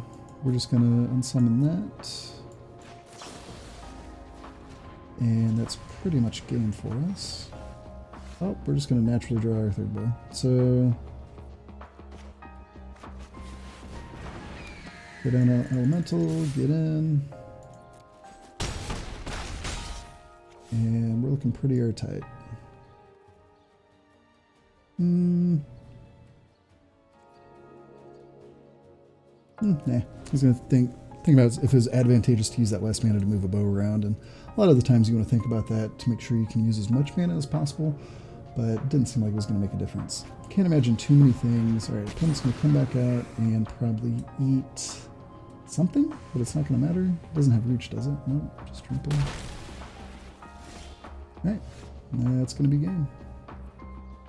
Let's double check. Yep, all looks good. Give him the GGs and get on our way. We could equip the bows and even play the other bow and do some other stuff, but it's impossible for an opponent to block equal damage.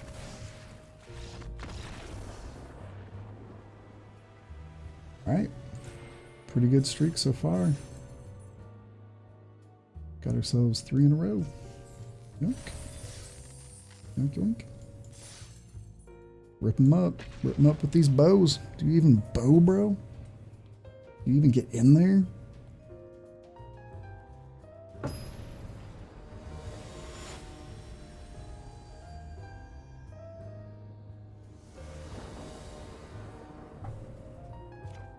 Alright, so this is also a pretty sketch keep for opening hand. Again though, we're on the draw, and we have 3 things to play, which together could actually impact the board and be there still when we get around to being able to play our other cards. So again, since we're on the draw, and we have 3 plays in our hand, even with 2 mana, it's definitely keepable, but we're playing a little bit with fire. Oof, that dies to Heart Piercer Bows. Pretty fun. Good card. Bad draw. Would love to see a mountain off the top. Right, fair enough. Ooh, I like that card. Opponent is all over it. Alright, mountain off the top. They're listening to us. They want us to succeed. So yeah, let's go ahead and get the Sprite in. It's a card we least want to get killed with their first removal spell, but also it's not a ton of difference between that and the Drake, and I don't think there's any red that's threatening us right now. This smells like a Blade Brand. So yeah, we can either trade the Sprite, they're saying, for the Vampire, or block the Skeleton, which again smells like a Blade Brand. Either way, it's not worth risking just the 1 point of damage now, especially since we're going to put down a bow and kill their Vampire this very next turn. Okay, black, green. Interesting.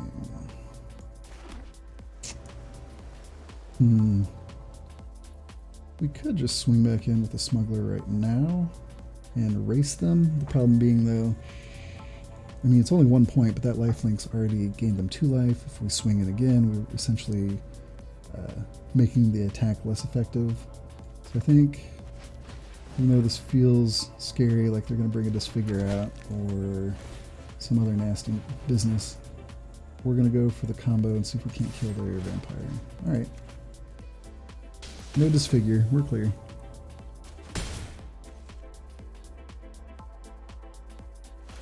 So at this point, we're still looking for another mountain. Would be great. But we're not too hamstrung. We would still take an island for sure.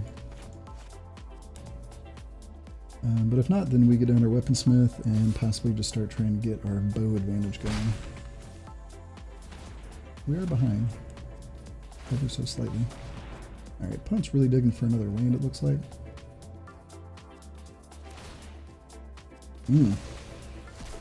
It's rough.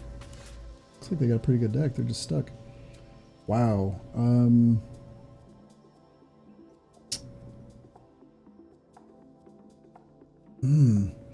Alright, so if we double bow, we get to take the Skeleton out. Seems kind of shrug worthy right now, except they are bottlenecked on mana, so to bring it back, it's going to be a little bit. Not to mention, I feel like Bone Splinters is probably at least in their deck, if not just in their hand, and it takes away the fodder that they could use to blow up, say, the Smuggler or Weaponsmith if we brought that out.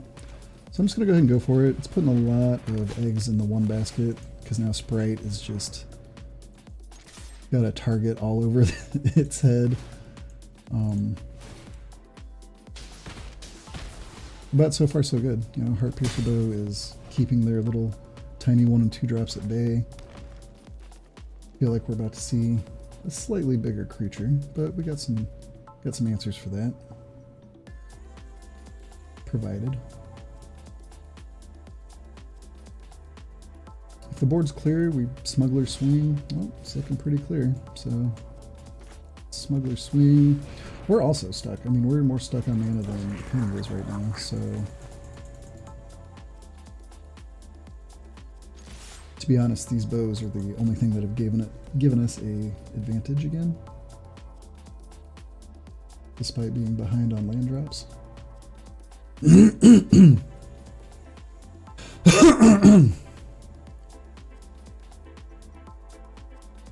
Alright, I think opponent is finally gonna kill one of our creatures? No? Maybe not?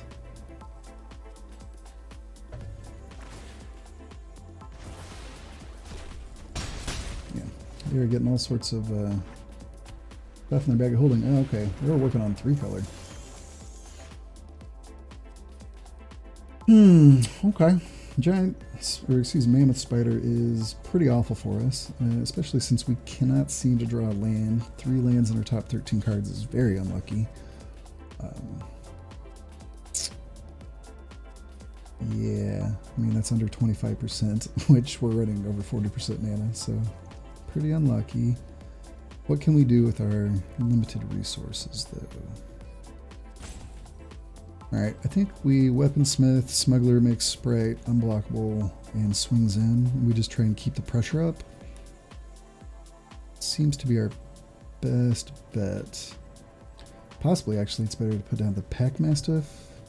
Except for I just don't know how much mana we're going to have to put into pumping anyway, whereas we might actually want to get the third Heart Piercer Bow out of our deck. And I'm doing all this instead of waiting to combat just because I can, because they're tapped out. But generally you want to kind of keep all of your instant speed abilities as well as spells until practically the last possible moment. Information is very powerful. And sequencing and how you do things in which order is a lot of how to be good in the higher tiers and just tiny nuances of Magic.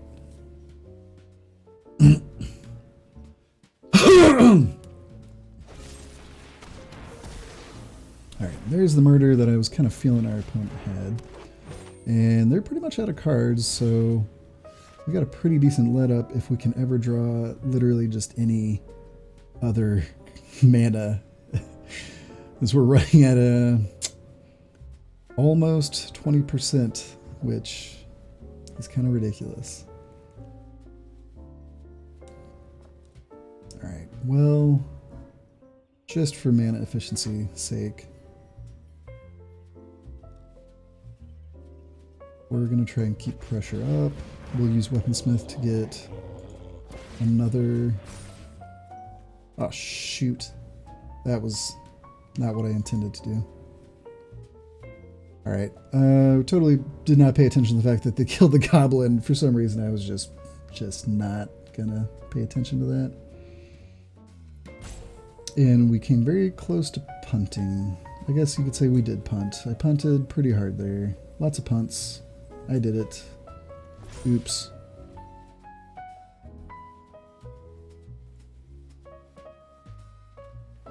What we should have done is just played the Pack Mastiff, held up Weaponsmith, tutored up our third Heart Piercer Bow, or possibly put down the Wand. I just didn't see Wand being that impressive at the moment. Because really what we need is our 4th mana of any color, but especially a mountain, and we can actually attack with the Heart Piercer Bow and hit it with the Outrage to finish off the spider before they even have a chance to block. And that's our only obstacle. That's how good Spider is against just decks like ours, or even anything with a bunch of little small flyers that are trying to do damage over time into the medium long game and win just through attrition.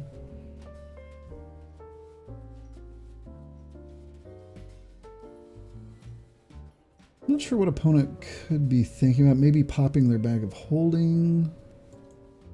I mean, there's some pretty good cards in there that they could use. Just bringing the skeleton back. Like, if we don't take care of that spider and draw mana in the next turn or two, then we are going to lose. We can't just be playing one spell at a time when an opponent has 7 mana available. Alright, so yeah, they kind of came to the same conclusion. That they should go ahead and press their card advantage now, because now they have way more cards, definitely way more mana. And I'm not sure why he didn't play. I guess he wants to bring the skeleton back into his hand. Alright, so we get a 4th mana. Unfortunately, it's the wrong color.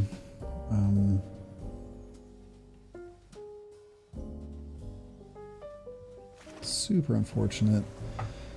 Because even if we moved both bows to the Mastiff and attacked, it can just chump with the champion and trade, which we don't want.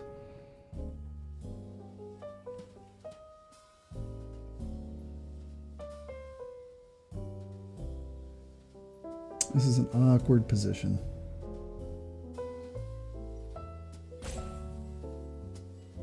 We put both bows on the Mastiff attack. Just not enough. 3, 4, 5. 2, 3, 4. I guess we can tutor up the weaponsmith and get that into effect, which gives us 3 mana to work with. So do we want a wand or do we want a Drake? Drake doesn't seem like it's going to do that much, whereas wand might actually be useful.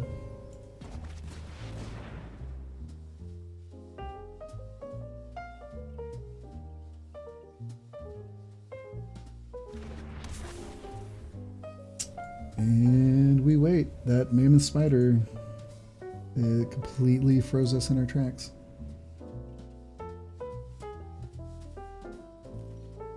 So now we'll be able to get our 3rd bow out. It's just going to be a little sketch. Because now we can force a trade with the sprite. I mean, once we actually get there.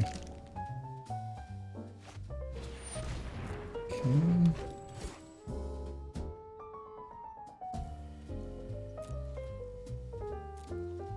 Alright. Grab a 3rd bow. Alright, thank God, mana. Alright, so unfortunately now that's gonna tip our hand a little bit.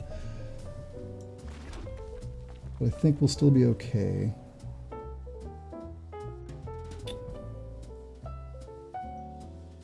Or we'll have 1, which won't do anything.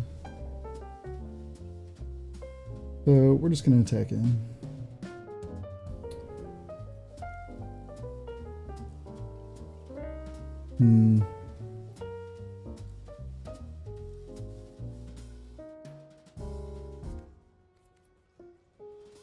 Yeah, alright. I was thinking if there was another way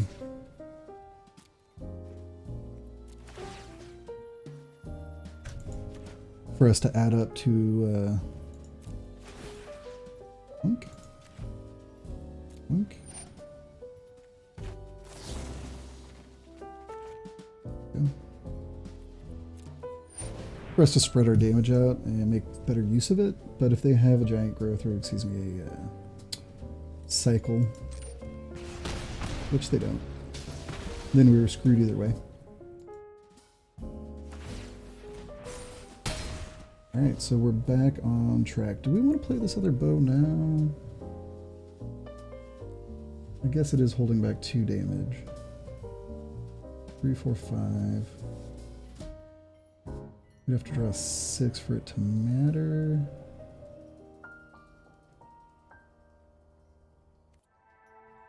Nah. I'd rather keep the blocker up. Because he's used most all of his usefulness. He can definitely ramp out the bow for a little extra mana next turn if we're there, but for the moment I'd prefer to have it cushion our life total just a little bit. Alright, so blood for bones for the spider.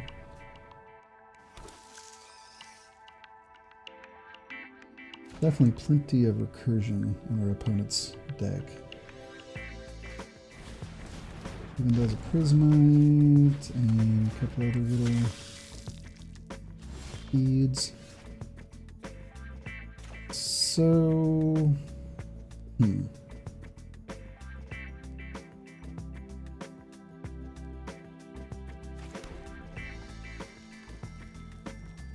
we get out the bow, put the bow on, attack, pump. It's 2 mana, which leaves us 4, which doesn't do a lot.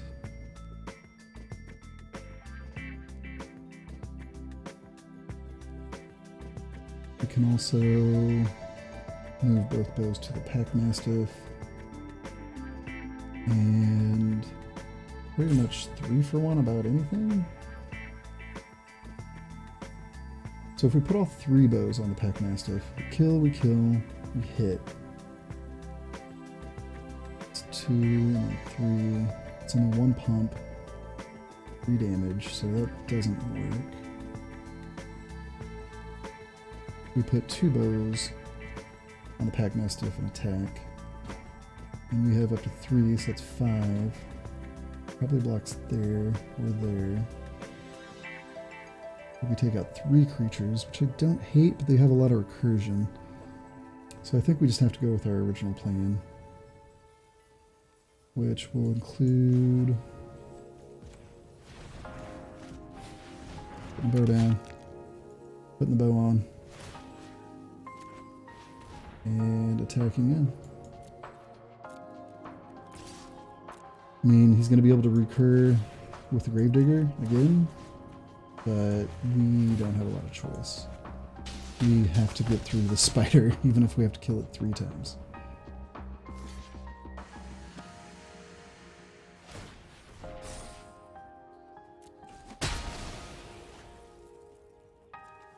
And then this costs 3. I don't mind trading, to be honest. We'll put both bows on the Mastiff.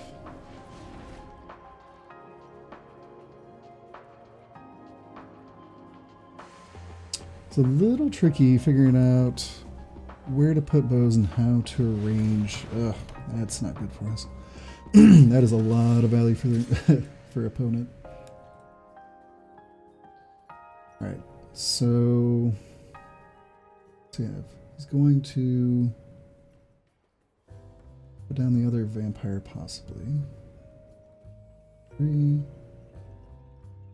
which I think we're good with. So we're just going to take it. It's going to be able to draw a lot of cards, but we can't do anything about that. Alright, Digger's good. Digger's going to help us kill that giant spider again, if and when it rears its ugly head. 6.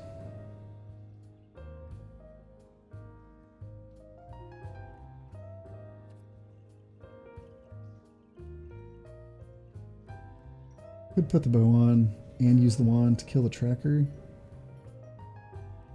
1, 2, 3. Kill. Yeah, because I'm still get killed by the Prismite.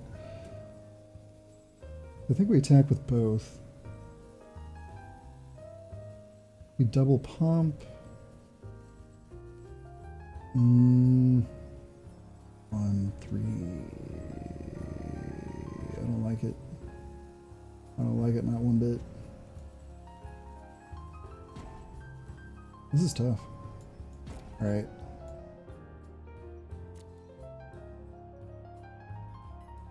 Did we just run out? Did we just rope ourselves? Oh no. That'll be the first time I've ever roped myself. Whew, that was close. May not have any time when we get back in there. We're gonna draw a bunch of cards. Don't like that.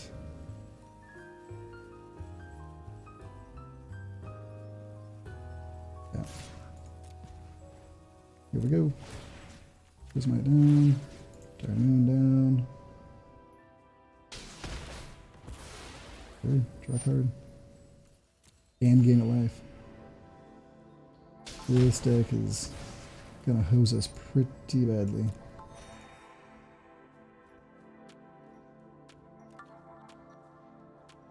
We're definitely going to run out of ways to kill stuff before we run out of ways to kill us.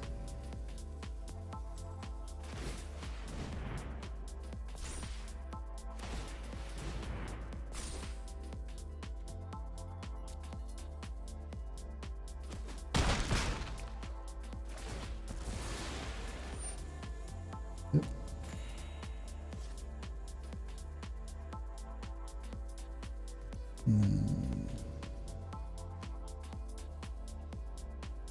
Think.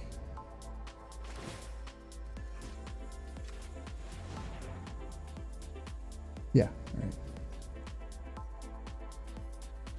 So we can still use the wand using the weaponsmith's mana, which is what I thought was going to happen after being able to equip using that mana. So we have the possibility of getting the champion down if swing in. Gravedigger's going to pick up the giant spider, mana spider. Yep.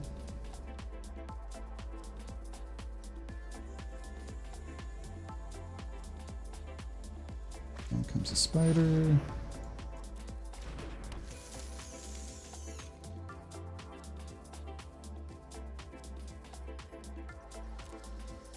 All right.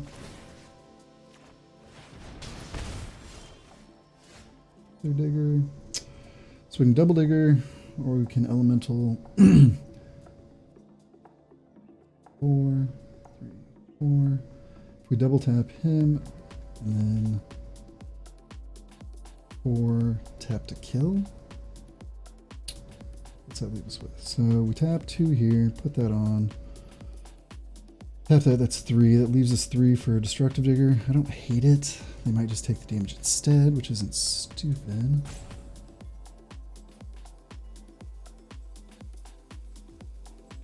Okay. I kind of just want to get this bow down.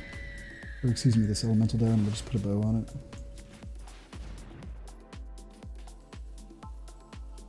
And pass the turn.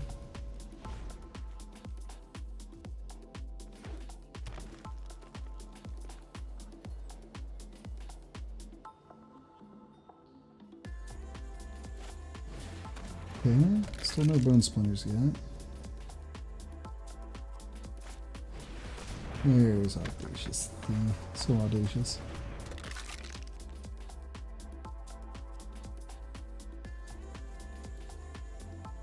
Oh, maybe they do have the bone splinters. Sweet. Alright, so Boreal Elemental down. It's our only other large flyer. I'm gonna make this not even bone splinters, just full on murder.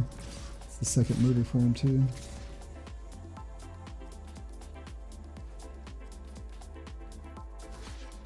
Do we want to trade the Drake?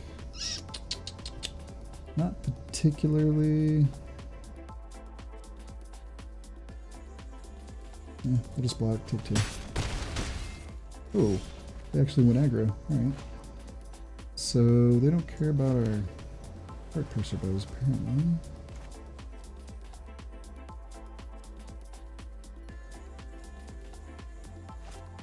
Do we have enough? Got 1 outrage. Nope. 1 outrage. Wow. Definitely doesn't seem like enough for a full Scholar of the Ages.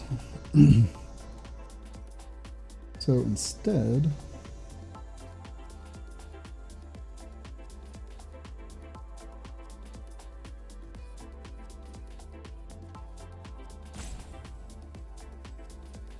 grab a bow.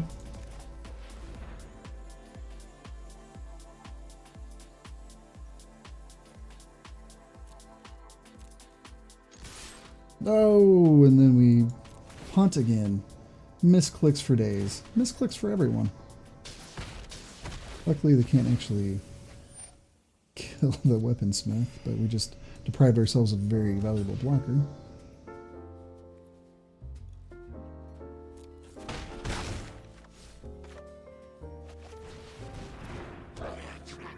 Wow. And we're just going to double digger. That was pretty punt worthy as well. Alright, opponent just went full aggro. Doesn't care. So that's 3, 4, 5, 6, 7. It's not presenting lethal. Now they're presenting lethal.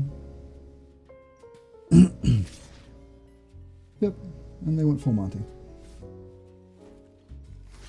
Alright, so block and block.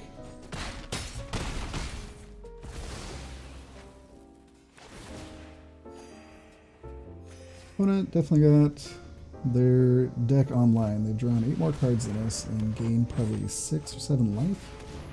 Pretty bad matchup. And yep, have a million things to swing in for damage. So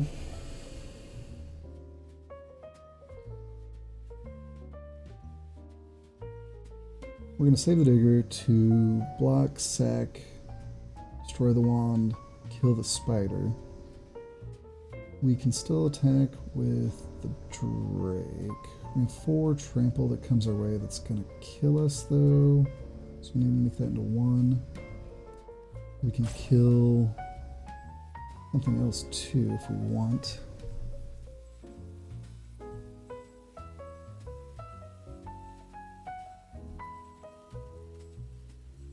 Wait, 4, 5, 6, 7. No, we don't actually have enough for shock. Sucks.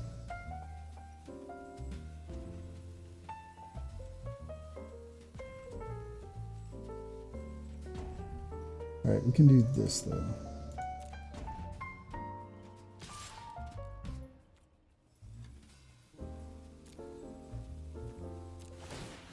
Put 1 on Crasher. Kill Iron Man. Good shock.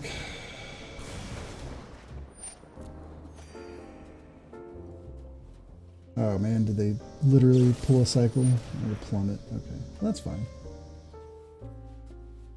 Just doing 1 damage. Doesn't prevent the other damage.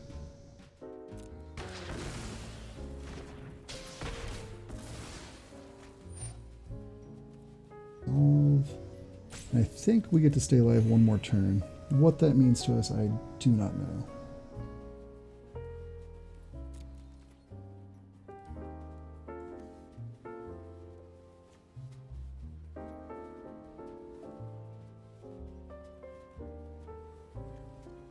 Definitely put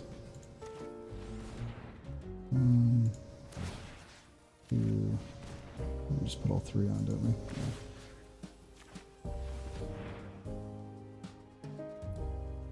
See what happens.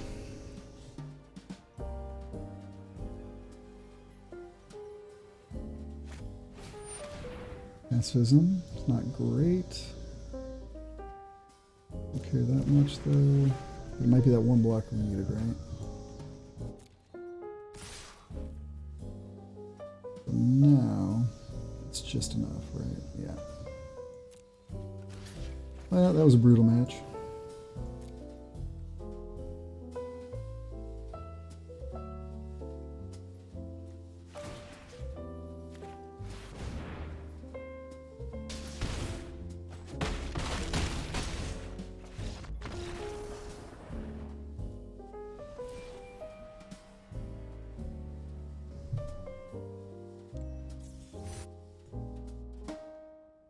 All right.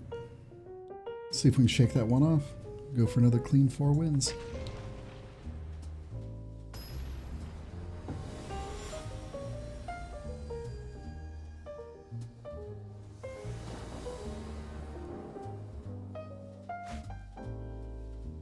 All right. Seems to be definitely consistent. Getting 2 to 3 mana and some stuff to play with it, which is good for our deck. So this is keepable. Leaning a little too heavily on just the 1 creature we have at the moment, but theoretically, this could clean the board all by itself.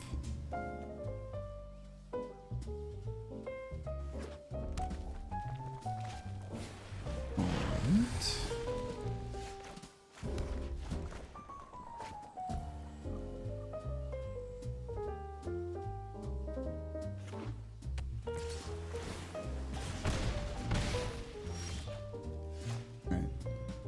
In absence of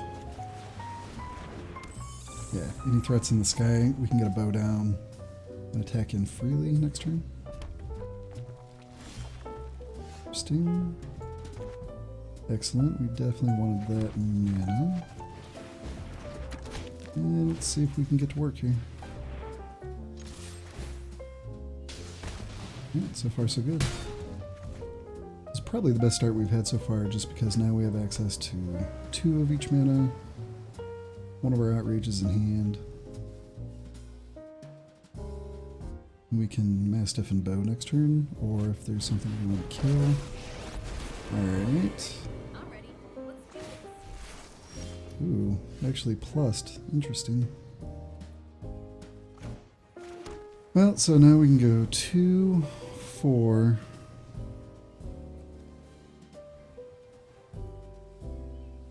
And put down the Mastiff. Yeah, I guess that's what we do.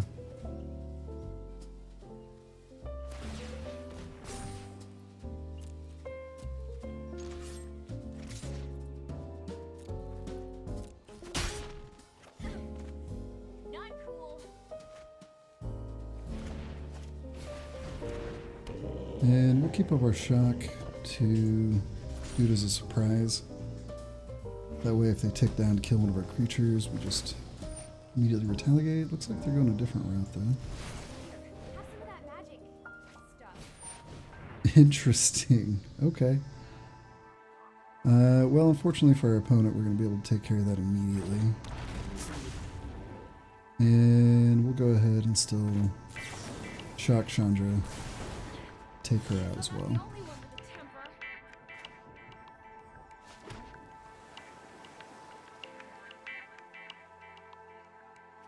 Nice. So, guess it doesn't matter either way. Put him there. Send. Oop. Good. Send her there. Send him there. Bow cleans up the mage. And so far so good. This has been pretty clean what we want our deck to do. Plus you can just really see the power of Heart Piercer Bow. Okay.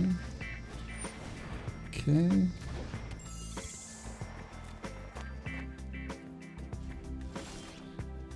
Alright, well, mana is not a problem this time around.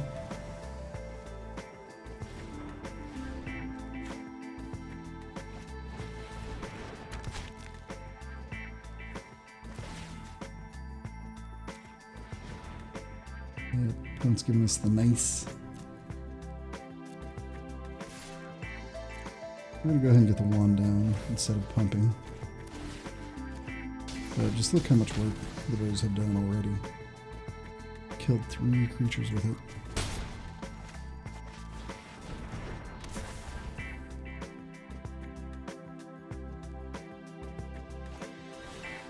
Alright.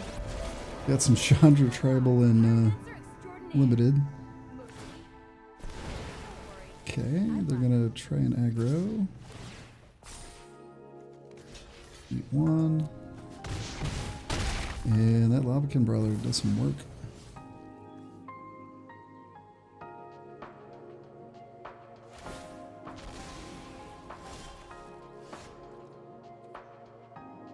Fortunately, 2, 3, 4. This is 5, 2, 3, 4, 5. I guess that works.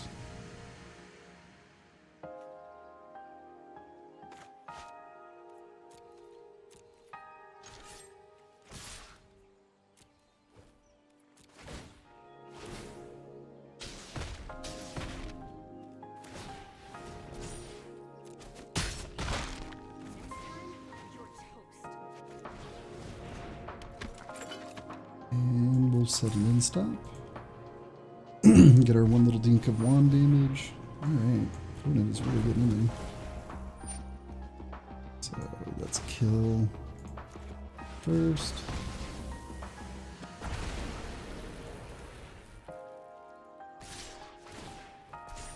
It's definitely making the aggro matchup a lot tighter.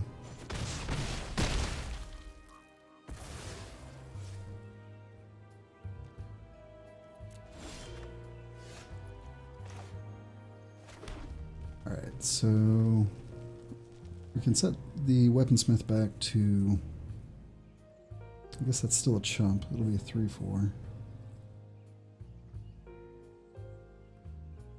Then we get 3, it's 5, 6, 7. Yep, that works.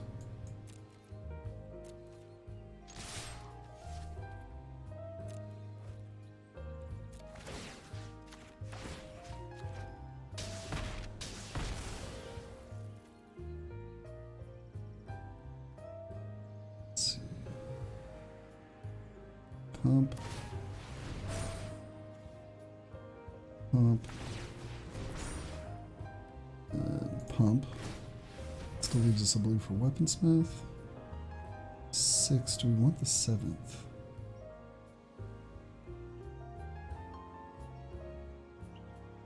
I think we'd rather have the Heart Piercer bow. Because, yeah, the Heart Piercer bow lets us take out the Lavakin Brawler. So we tutor up another bow. We can equip it and use the wand and all 3 bows to take out the Brawler.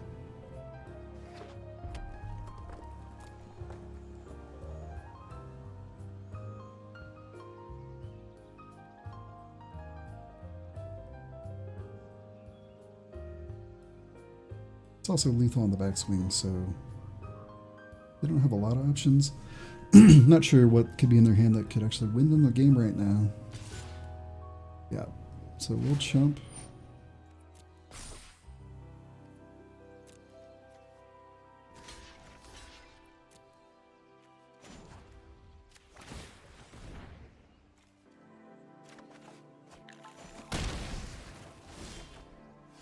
Okay.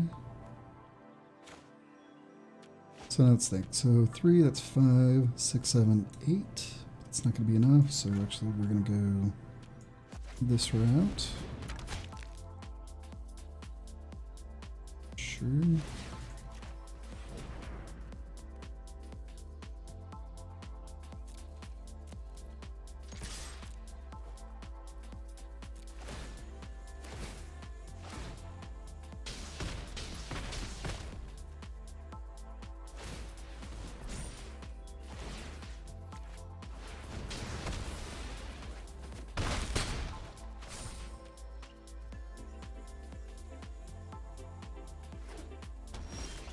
Good.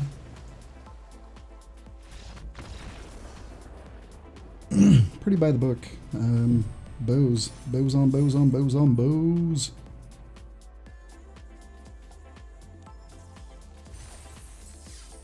Alright. Let's go for 5. And definitely as you ease into drafting, getting to know what cards are good and putting together a good deck, playing the format over and over is a real way to get a feel for it, how the different deck and archetypes work that you can assemble, so when you're drafting you have an idea of what that deck looks like in the end. This is our first time playing a deck so heavy on bow and using the Weaponsmith that it's been a little tricky. It's definitely not a great build. We'll definitely keep this though. But I think it's underperformed a little bit.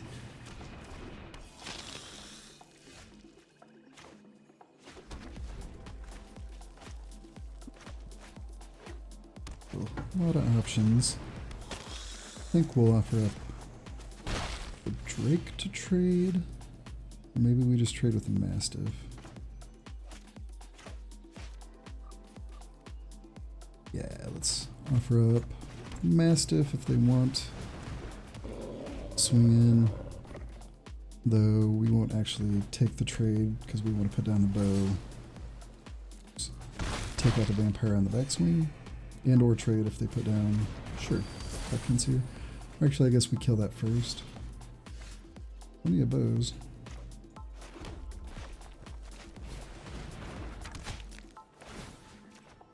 We're already fairly behind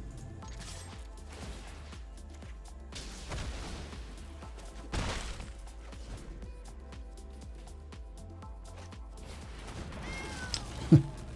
Fortunate Frost Leaks. Opponent's deck's unfolding pretty nicely for him. Oh god, yeah. Do it. Do it all.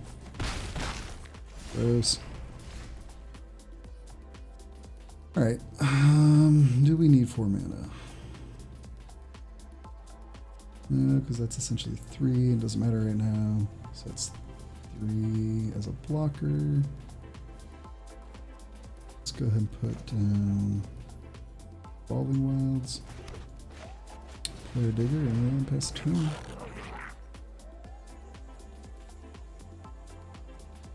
I think we still grab our red. I think mountains are still more advantageous with the Mastiff on board.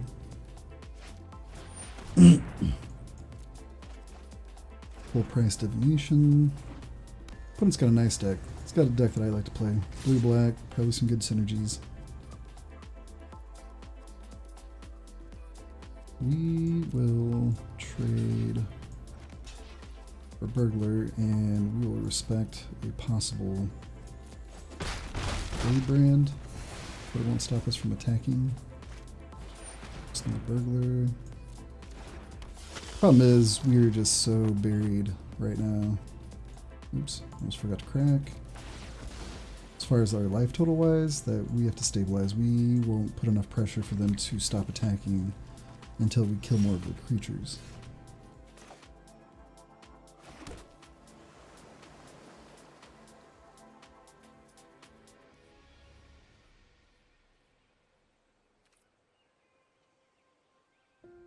So Octoprophet blocks anything, no trades necessary. But it also gets blown out, or at least trades with a Blade Brand, at least. So we're looking for a double trade still. Cost them an extra card. Oh man, if we draw another mana though, we can double spell next time. Double spell here would be Drake. That would block the Vampire, which seems gross.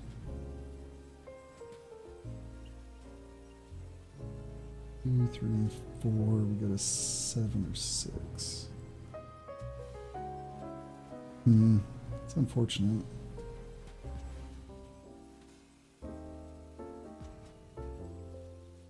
Let's go with Octoprophet. Let's see if we can't get a Chandra's Outrage. There we go on top. And an unsummon is not unwelcome.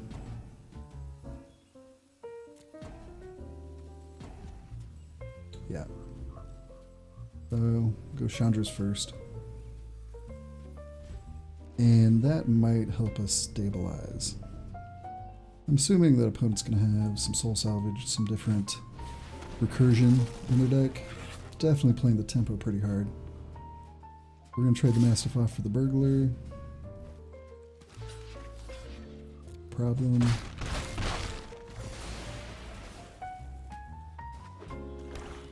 And we're very close to stabilizing.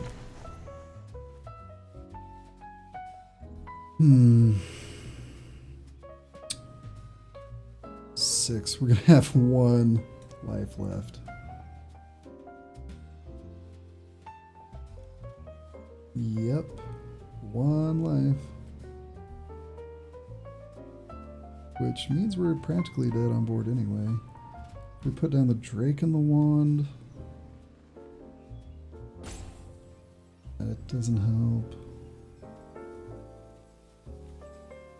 Let's just Outrage now before they have anything else to do.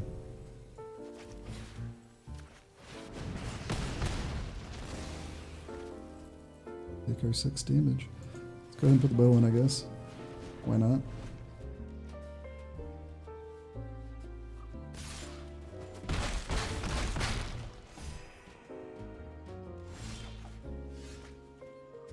So we can unsummon. God, I guess Skeleton, Eat a Lynx. Still don't have it, do we? Can't even play this and do damage.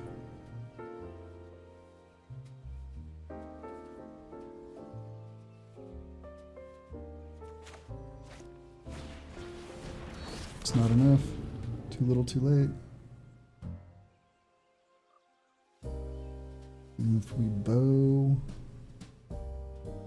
kill 1, block 1, and summon 1, we just don't have enough. So we're hoping they screw up and don't attack correctly, but it's not looking good. Opponent's deck just unfolded very nicely for him. Give him the GGs. No reason to even block.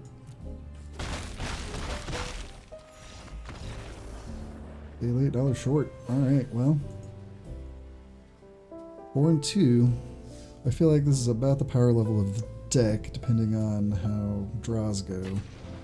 But it's possible. We could still win 3 more, but I feel like we can eke out at least 1 more before we go out of this one.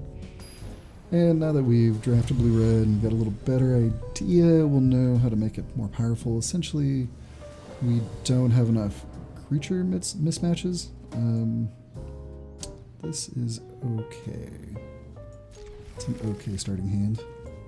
Luckily, we do have a nice little combo here. Can effectively make this 8 power attacker, or 4 power double strike attacker.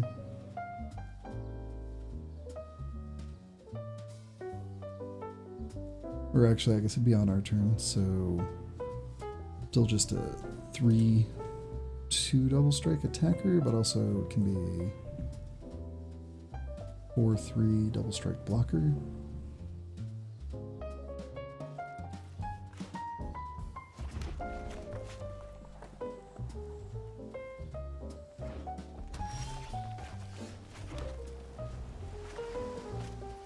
Keep running into a dearth of mountains.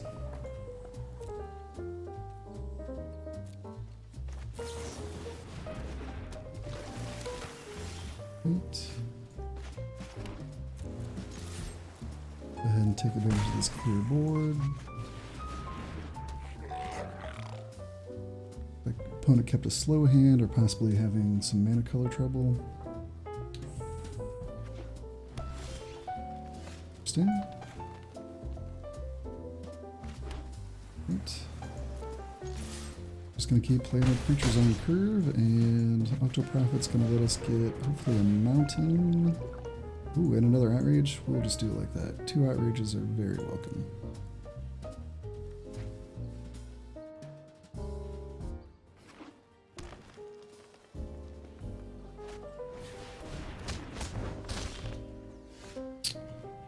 Okay, well, even though I'd love to do it on their turn and get that extra little bit of counter damage on the Cutthroat, this is just a clear the way, punch face.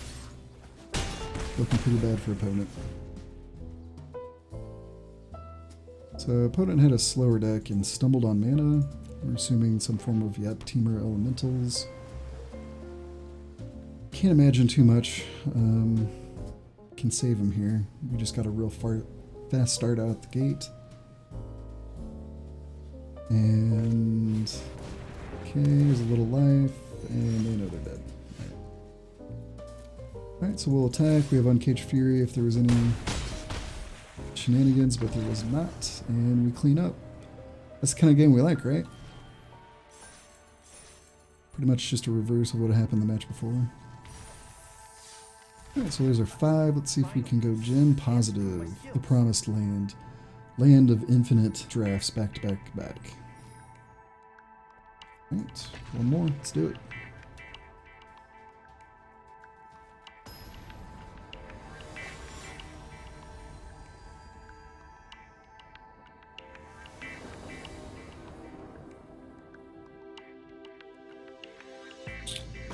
Alright. A keepable hand. Nothing amazing. Definitely don't usually like to see Scholar till, you know, turn 7, but not bad. That dies to bow pretty fast. Get our island at the end of our opponent's turn. Put a Drake and a bow out and see if that doesn't ruin some plans. Oh, opts for the damage.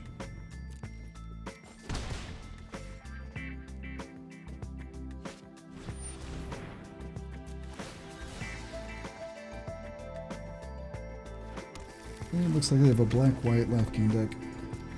Likely similar to the one I was playing. Let's see.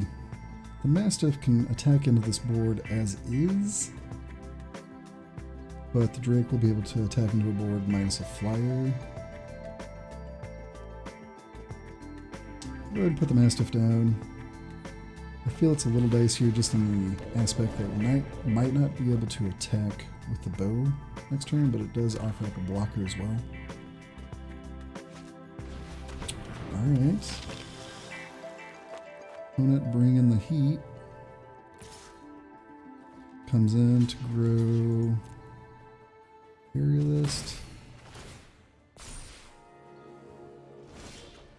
And we really don't want that to happen again.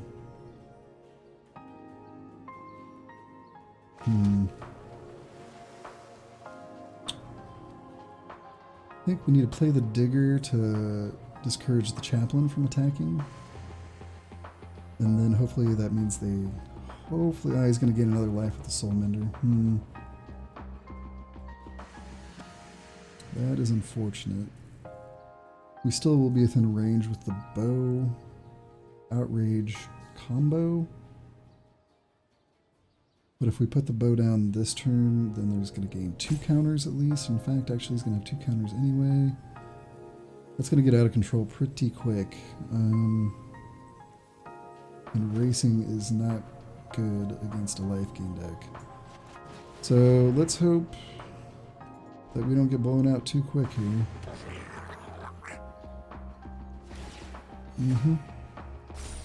Yep.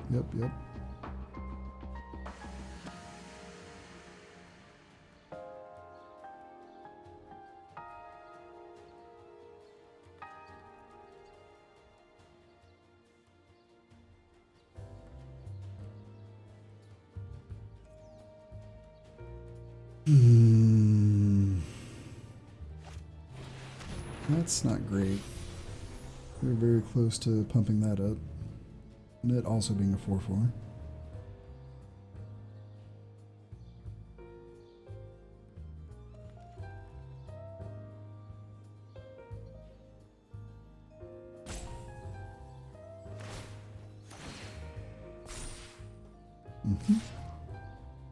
Attack. And we're looking pretty screwed. We don't have too many ways to deal with such a large threat like that. Not great. Not great.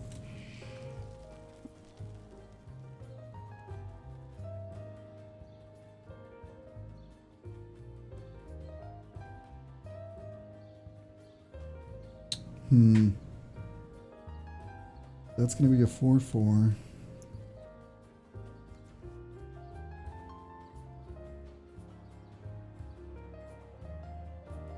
We get killed in 3 turns by the aerialist.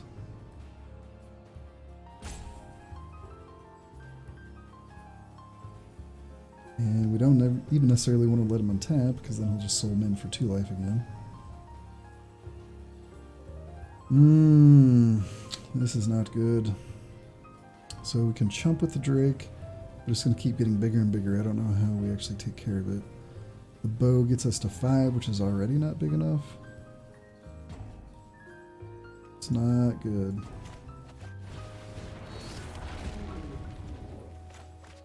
This is the only route I see that we might have a chance, and I'm not even sure how that works, to be perfectly honest. So yeah, the black-white life gain deck is real. I played a version last week. We went 7-1, even though I hadn't played something like that before, because we pulled an Ajani Mythic Rare Planeswalker, and I forget some other life payoff. And then after that, just drafted a bunch of the 2-drop 2/2 vampires that have lifelink when attacking, a chaplain, there's an axe in there, there's a couple different things. Okay, so he's going to hit us for 9. Except for he's not going to gain life boost? Interesting.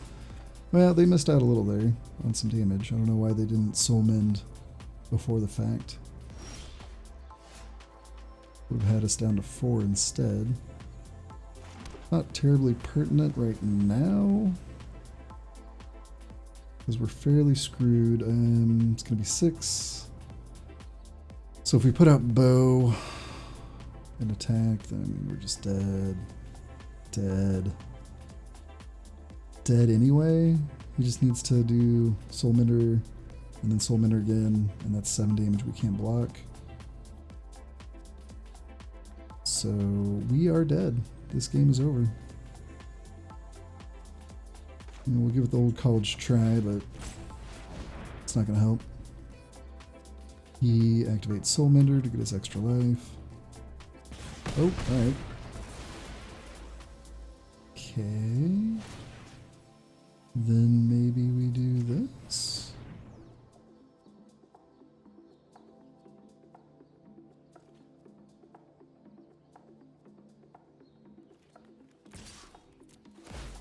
Can't imagine he doesn't activate the Soul Mender now.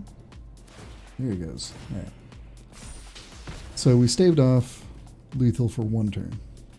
We still have no way of dealing with an Aerialist. Oh, actually no, never mind. That's game anyway. And there wasn't much we could do about that. That Aerialist gone unanswered, was able to grow 2-3 counters before we even had a chance to fire off a Chandra's Outrage at it. So I'd say that's about where the deck lies. It was 5-3. That feels about right. It still annoys me we can't look at the deck after the fact. But all in all, red-blue, pretty decent archetype. Heart Piercer Bow, still clearly the real MVP. You know, we paid 5,000 gold and turned that into 650 gems and 2 packs along with what we already drafted. So the draft for limited is very real. I highly recommend getting in there, getting some of that sweet, sweet limited action. Nice. I think that's our 3rd Ceratops on the free-to-play account. And just build your collection, because then you get to open all these packs, plus the cards you already drafted, plus you get to know how to use them. Ah, look at that. Double wild cards. And we're going to pop off our rare wild card over here. And another mythic. Not too bad. Alright, well thanks for watching. Hope you enjoyed the draft. We're going to have one of these at least every few weeks, sometimes a couple weeks in a row. And eventually we'll be putting out regular content on Sundays and then our draft videos probably every Thursday. So if you liked the video, then like, subscribe below, and we'll see you in the next one.